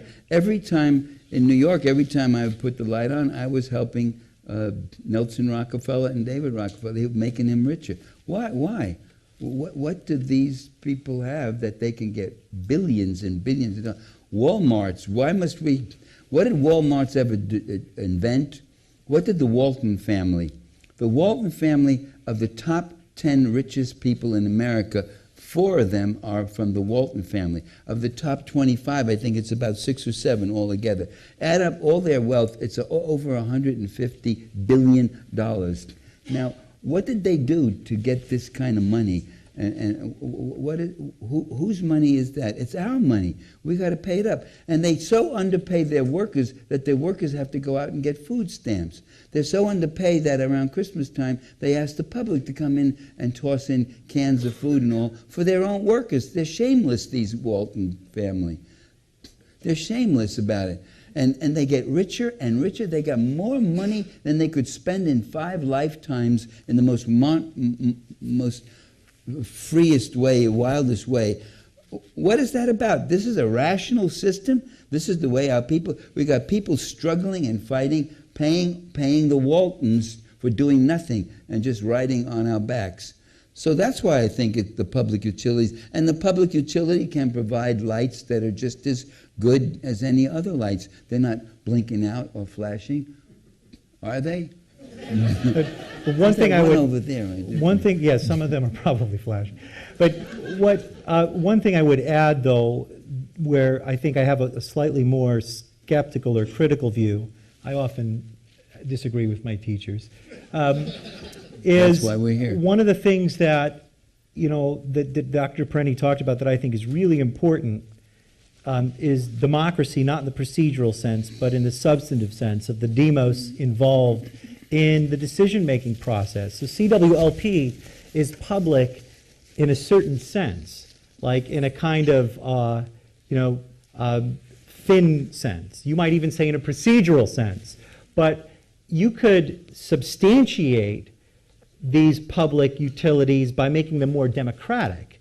So if we had more direct participation in how the utilities function and how the utilities work, how they're managed, right? I mean, I think if we democratize, Hannah Arendt once said, you can't just call a park public if no one's in it.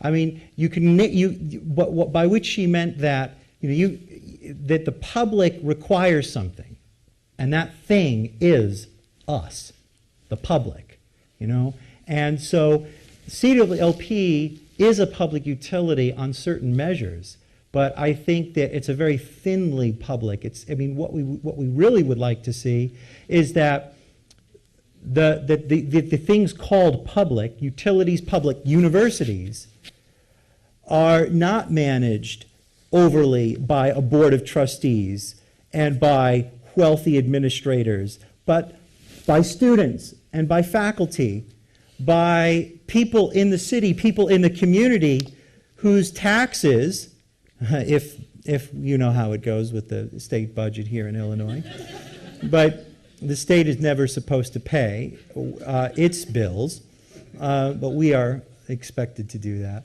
So, but I think we need to rethink what we call public. And I think we should be rethinking what we call a public university, as well as public parks and public utilities. But look, the public utility will pay a public salary to the president of it. That means he'll get, what, $100,000, $200,000. If it's a private utility, he'll get a private salary, and that'll be $5, $6, $10, $15 million. So that's one thing I don't like. What's so great about this guy? We got to give him $15 million salary. Why do they spend so much on public propaganda all the time, telling us what a great job they do, how selfless they are, how thoughtful they are? That's all I hear from PG&E, that they do nothing but love us and take care of us and all that sort of. Meanwhile, he's got his hand in my pocket, on my wallet. So why wouldn't I oppose that? If some guy held you up on the street and grabbed your money, you'd be angry and furious as hell. You might even put your life at risk to want to pop him one and grab it back or something. But that's what these guys are doing. They're doing it in a system of shaking us down and stealing it from us. It's a form of theft. That's what capitalism is. It's a siphoning up to the top. Those who do less. Profits are what you make when you're not working. If you're working, then, people say to me, oh, yeah, you're against capitalism, but you get royalties on your books, don't you? Your book. I got you there. Huh? I said, look, Jerko, I I wrote that book. I sweat and I wrote that book. I created that book. I worked for days and days and days, over a year writing that book. And the copy editor who went over it, he spent about 4 days copy editing that book. You know, he should get some kind of pay for it, and the editor too, and the salesman who goes out and sells it to the bookstore or to Amazon or whatever. They should get a cut. So don't tell me, you know, I'm not freeloading. We work for it.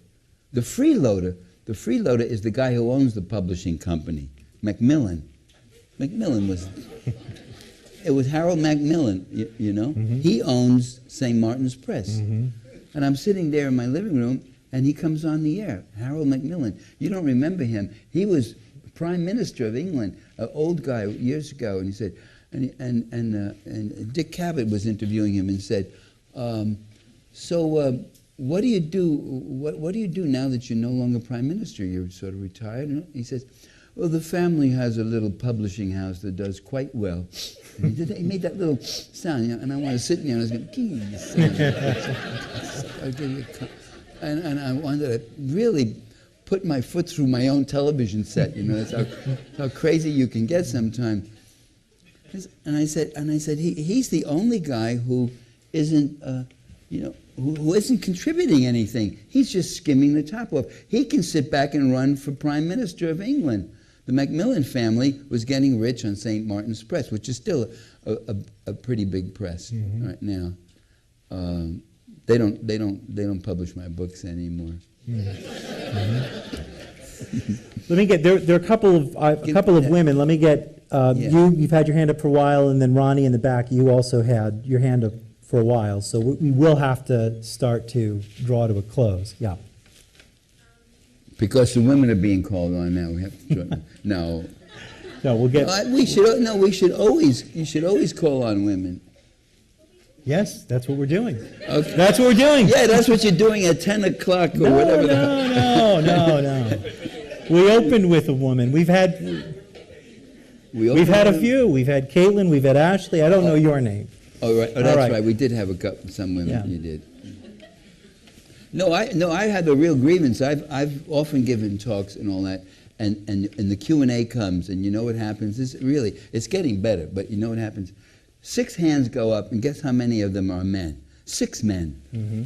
And it goes on, and then I say, hey, listen, I've just answered this number of men. I want to hear any women who have questions, and you see one over there and one over there. And you got to pull them out of it. But not here. I see these women, but now you just have to call on them, though. That's all. Hey. Hey, you got a problem? Go ahead. He forgets whose initiative this was. My initiative. Oh, I'm sorry. He was going to wait another 20 minutes before he mentioned it. Please. Oh, you're right.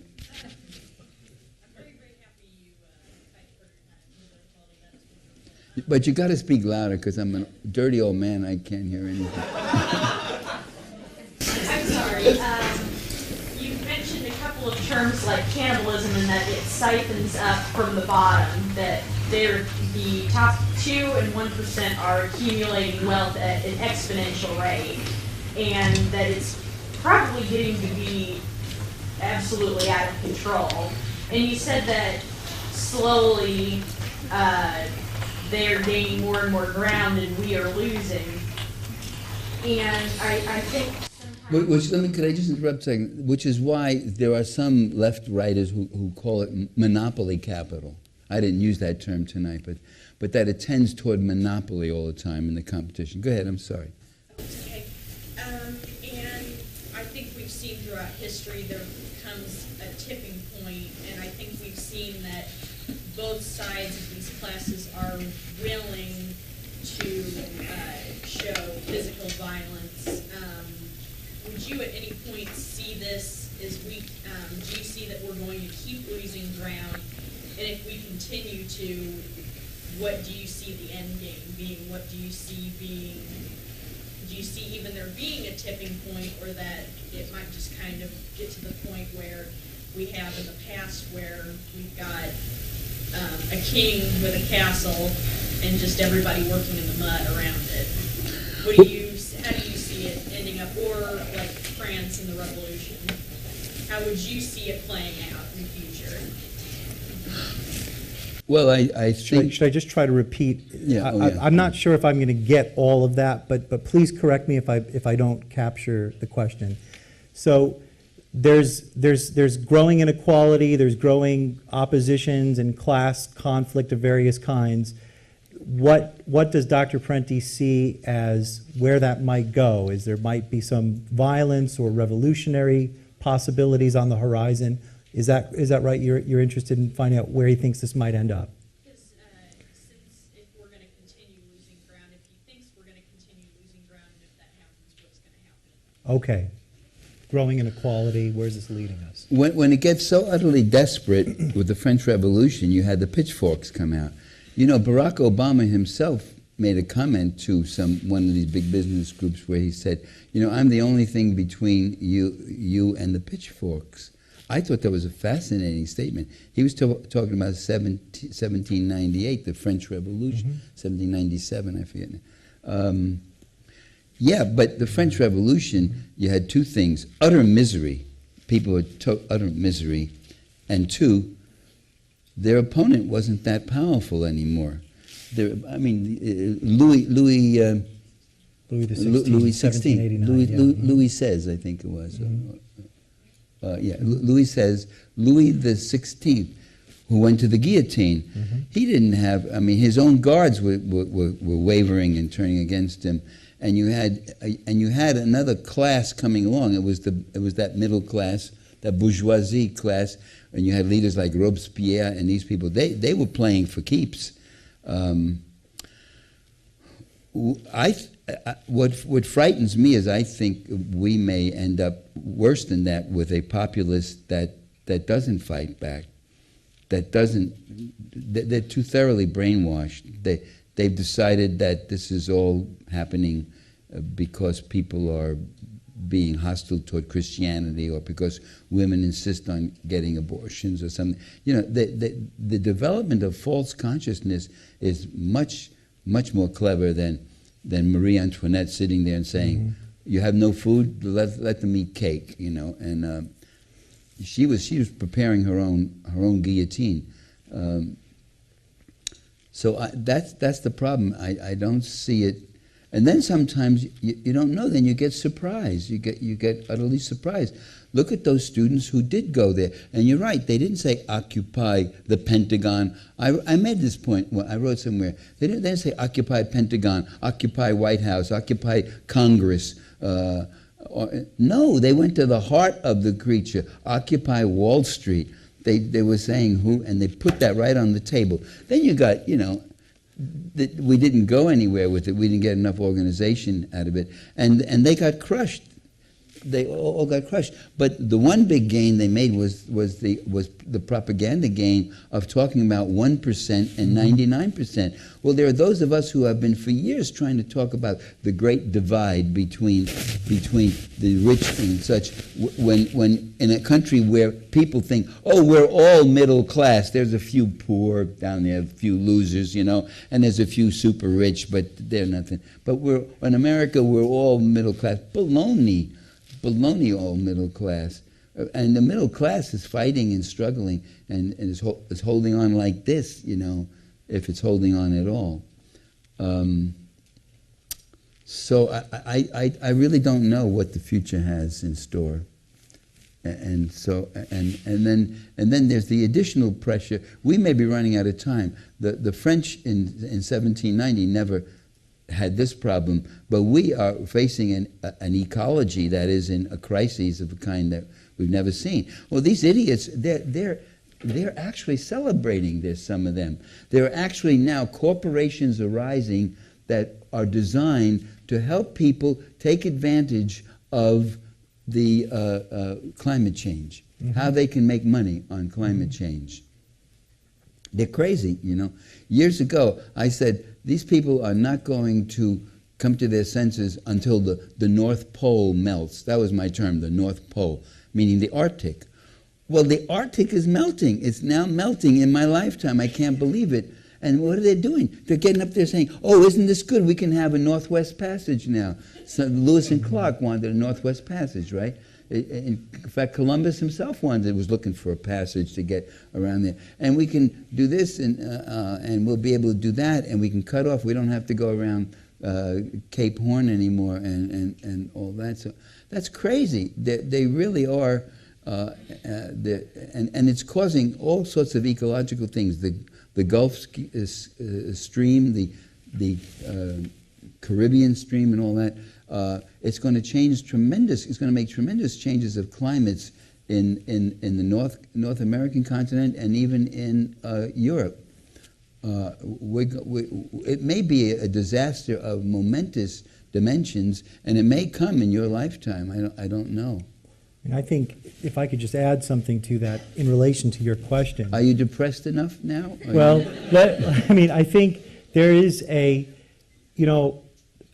what Dr. Parenti says, I think, is quite right. You can see it in any crisis, not just the climate change issue, but even with something like the devastation of a city with Hurricane Katrina. You get money and capital looks at crisis as investment opportunity. And how can we use this crisis as investment opportunity? And I think part of the answer to your question is, how will we look at the crisis? If we look at the crisis the same way that capital looks at the crisis, then I think that Dr. Parenti's more sort of cynical view, or that possibility of it getting far and far worse, is a foregone conclusion. I think what has to happen in some of these conversations where we inform ourselves here tonight and beyond is we've got to think about something else to do with a crisis than speculate on investment opportunity and how it's going to affect markets that don't have any relation to people's everyday lives. And I think we are capable of doing that. The question is, how bad does the crisis have to get before we start to articulate rival visions, different strategies? Ronnie, go ahead. Hello, Dr. Parenti. Thank you for coming tonight. Thank you for coming. I completely share your critique of capitalism, as Dr. Ardio can tell you. But I have trouble when I hear critiques of capitalism that encourage staying within the monetary system. When you talk about using public services and public utilities and public transportation, all of those things were created out of a crisis of capitalism. So when we continue to use them, aren't you just continuing to kick the capitalism can down the road, so to speak? And when we talk about the ecological disaster that's going to come, as long as we continue to use a monetary system as a way to get what we need, which money does nothing. We can't eat it and live on it. It doesn't do anything for our happiness, our creative ability, our social thing. So if we eliminate a monetary system completely, the only way that that's going to happen is if everything is blown up. I mean, do you advocate socialism as a segue into that? And I don't think that we can look at an ecological crisis and not see the opportunity in it, as long as we're continuing to use a monetary system. If you didn't have a monetary system, what would you use? I mean, in a complex society like this, we can't have a trading system or, So where are the limits? And I know this question is going to But where are the limits on socialism when you say this is how much is fair, this is how much is going to be made? Where are those limits? And if you like part of the reason. Well, people don't lose their intelligence. They don't lose their sense of self-interest and other interests. In fact, it gets better under socialism. Look at Mondragon, which is an anarchist. It's not socialist. It's an anarchist organization in Spain. Mm-hmm. And they started with small, making clocks. Just workers employing workers and nobody else. Workers working for themselves. And it's built up into a large society. Well, they gave more. They gave a better salary to the top guys who had to stay there late at night and take on more responsibility than the worker. So they developed changes and such, but they didn't. They weren't stealing from me when I bought something made by the Mondragon cooperative workers, anarchist workers. Every penny in that went to some guy or gal who earned it, who had been working in it. And so what the monetary system is not, it's a convenience, it's a way of doing it. Now, it's not true. Of course, money was invented with wealth. That is true. That at a certain point, kings could not give 700 fur skins to somebody in the trade or swap some camels or animals or whatever else. So, or gold plates or different gold cups and all that. So they invented coins, and that became a way of accumulating wealth. It's an instrument of wealth accumulation. That's what's so wrong with a monetary system. But if you don't have a if you don't have kings and you don't have CEOs who are plundering your company and all that, I don't see where the money would be such a danger.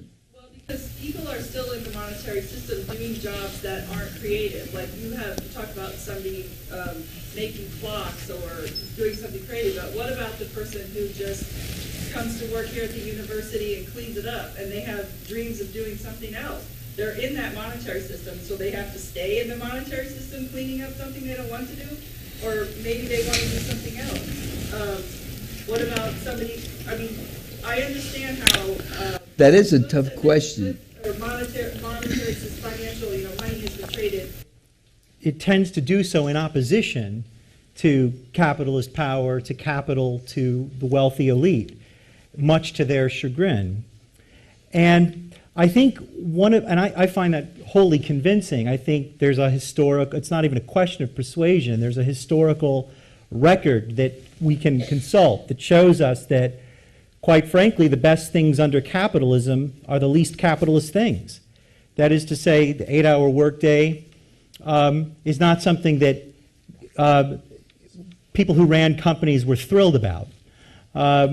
Took a century to get to 8 hours. Took a century. 14, and 12, martyrs, 11. And in this state, what is celebrated in other countries more than here, May Day, is about part of that long struggle.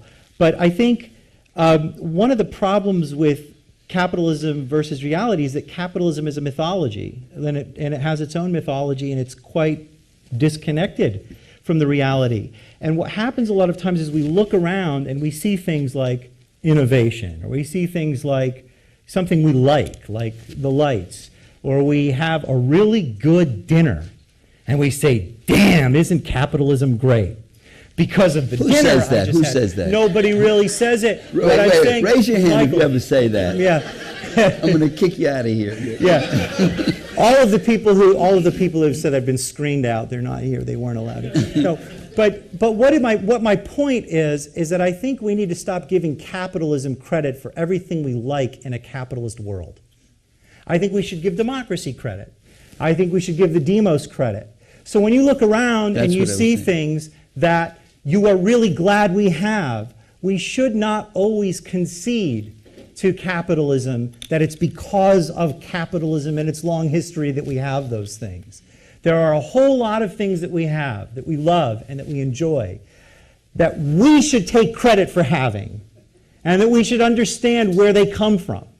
And they don't come from the wealthiest 1%. They come oftentimes through the demos, from the initiative of everyday people who have demanded their existence. Right, that's what I was saying, but he said it much better. Wasn't that good? And thank you very much to all of you and to Dr. Michael Parenti. Thank you.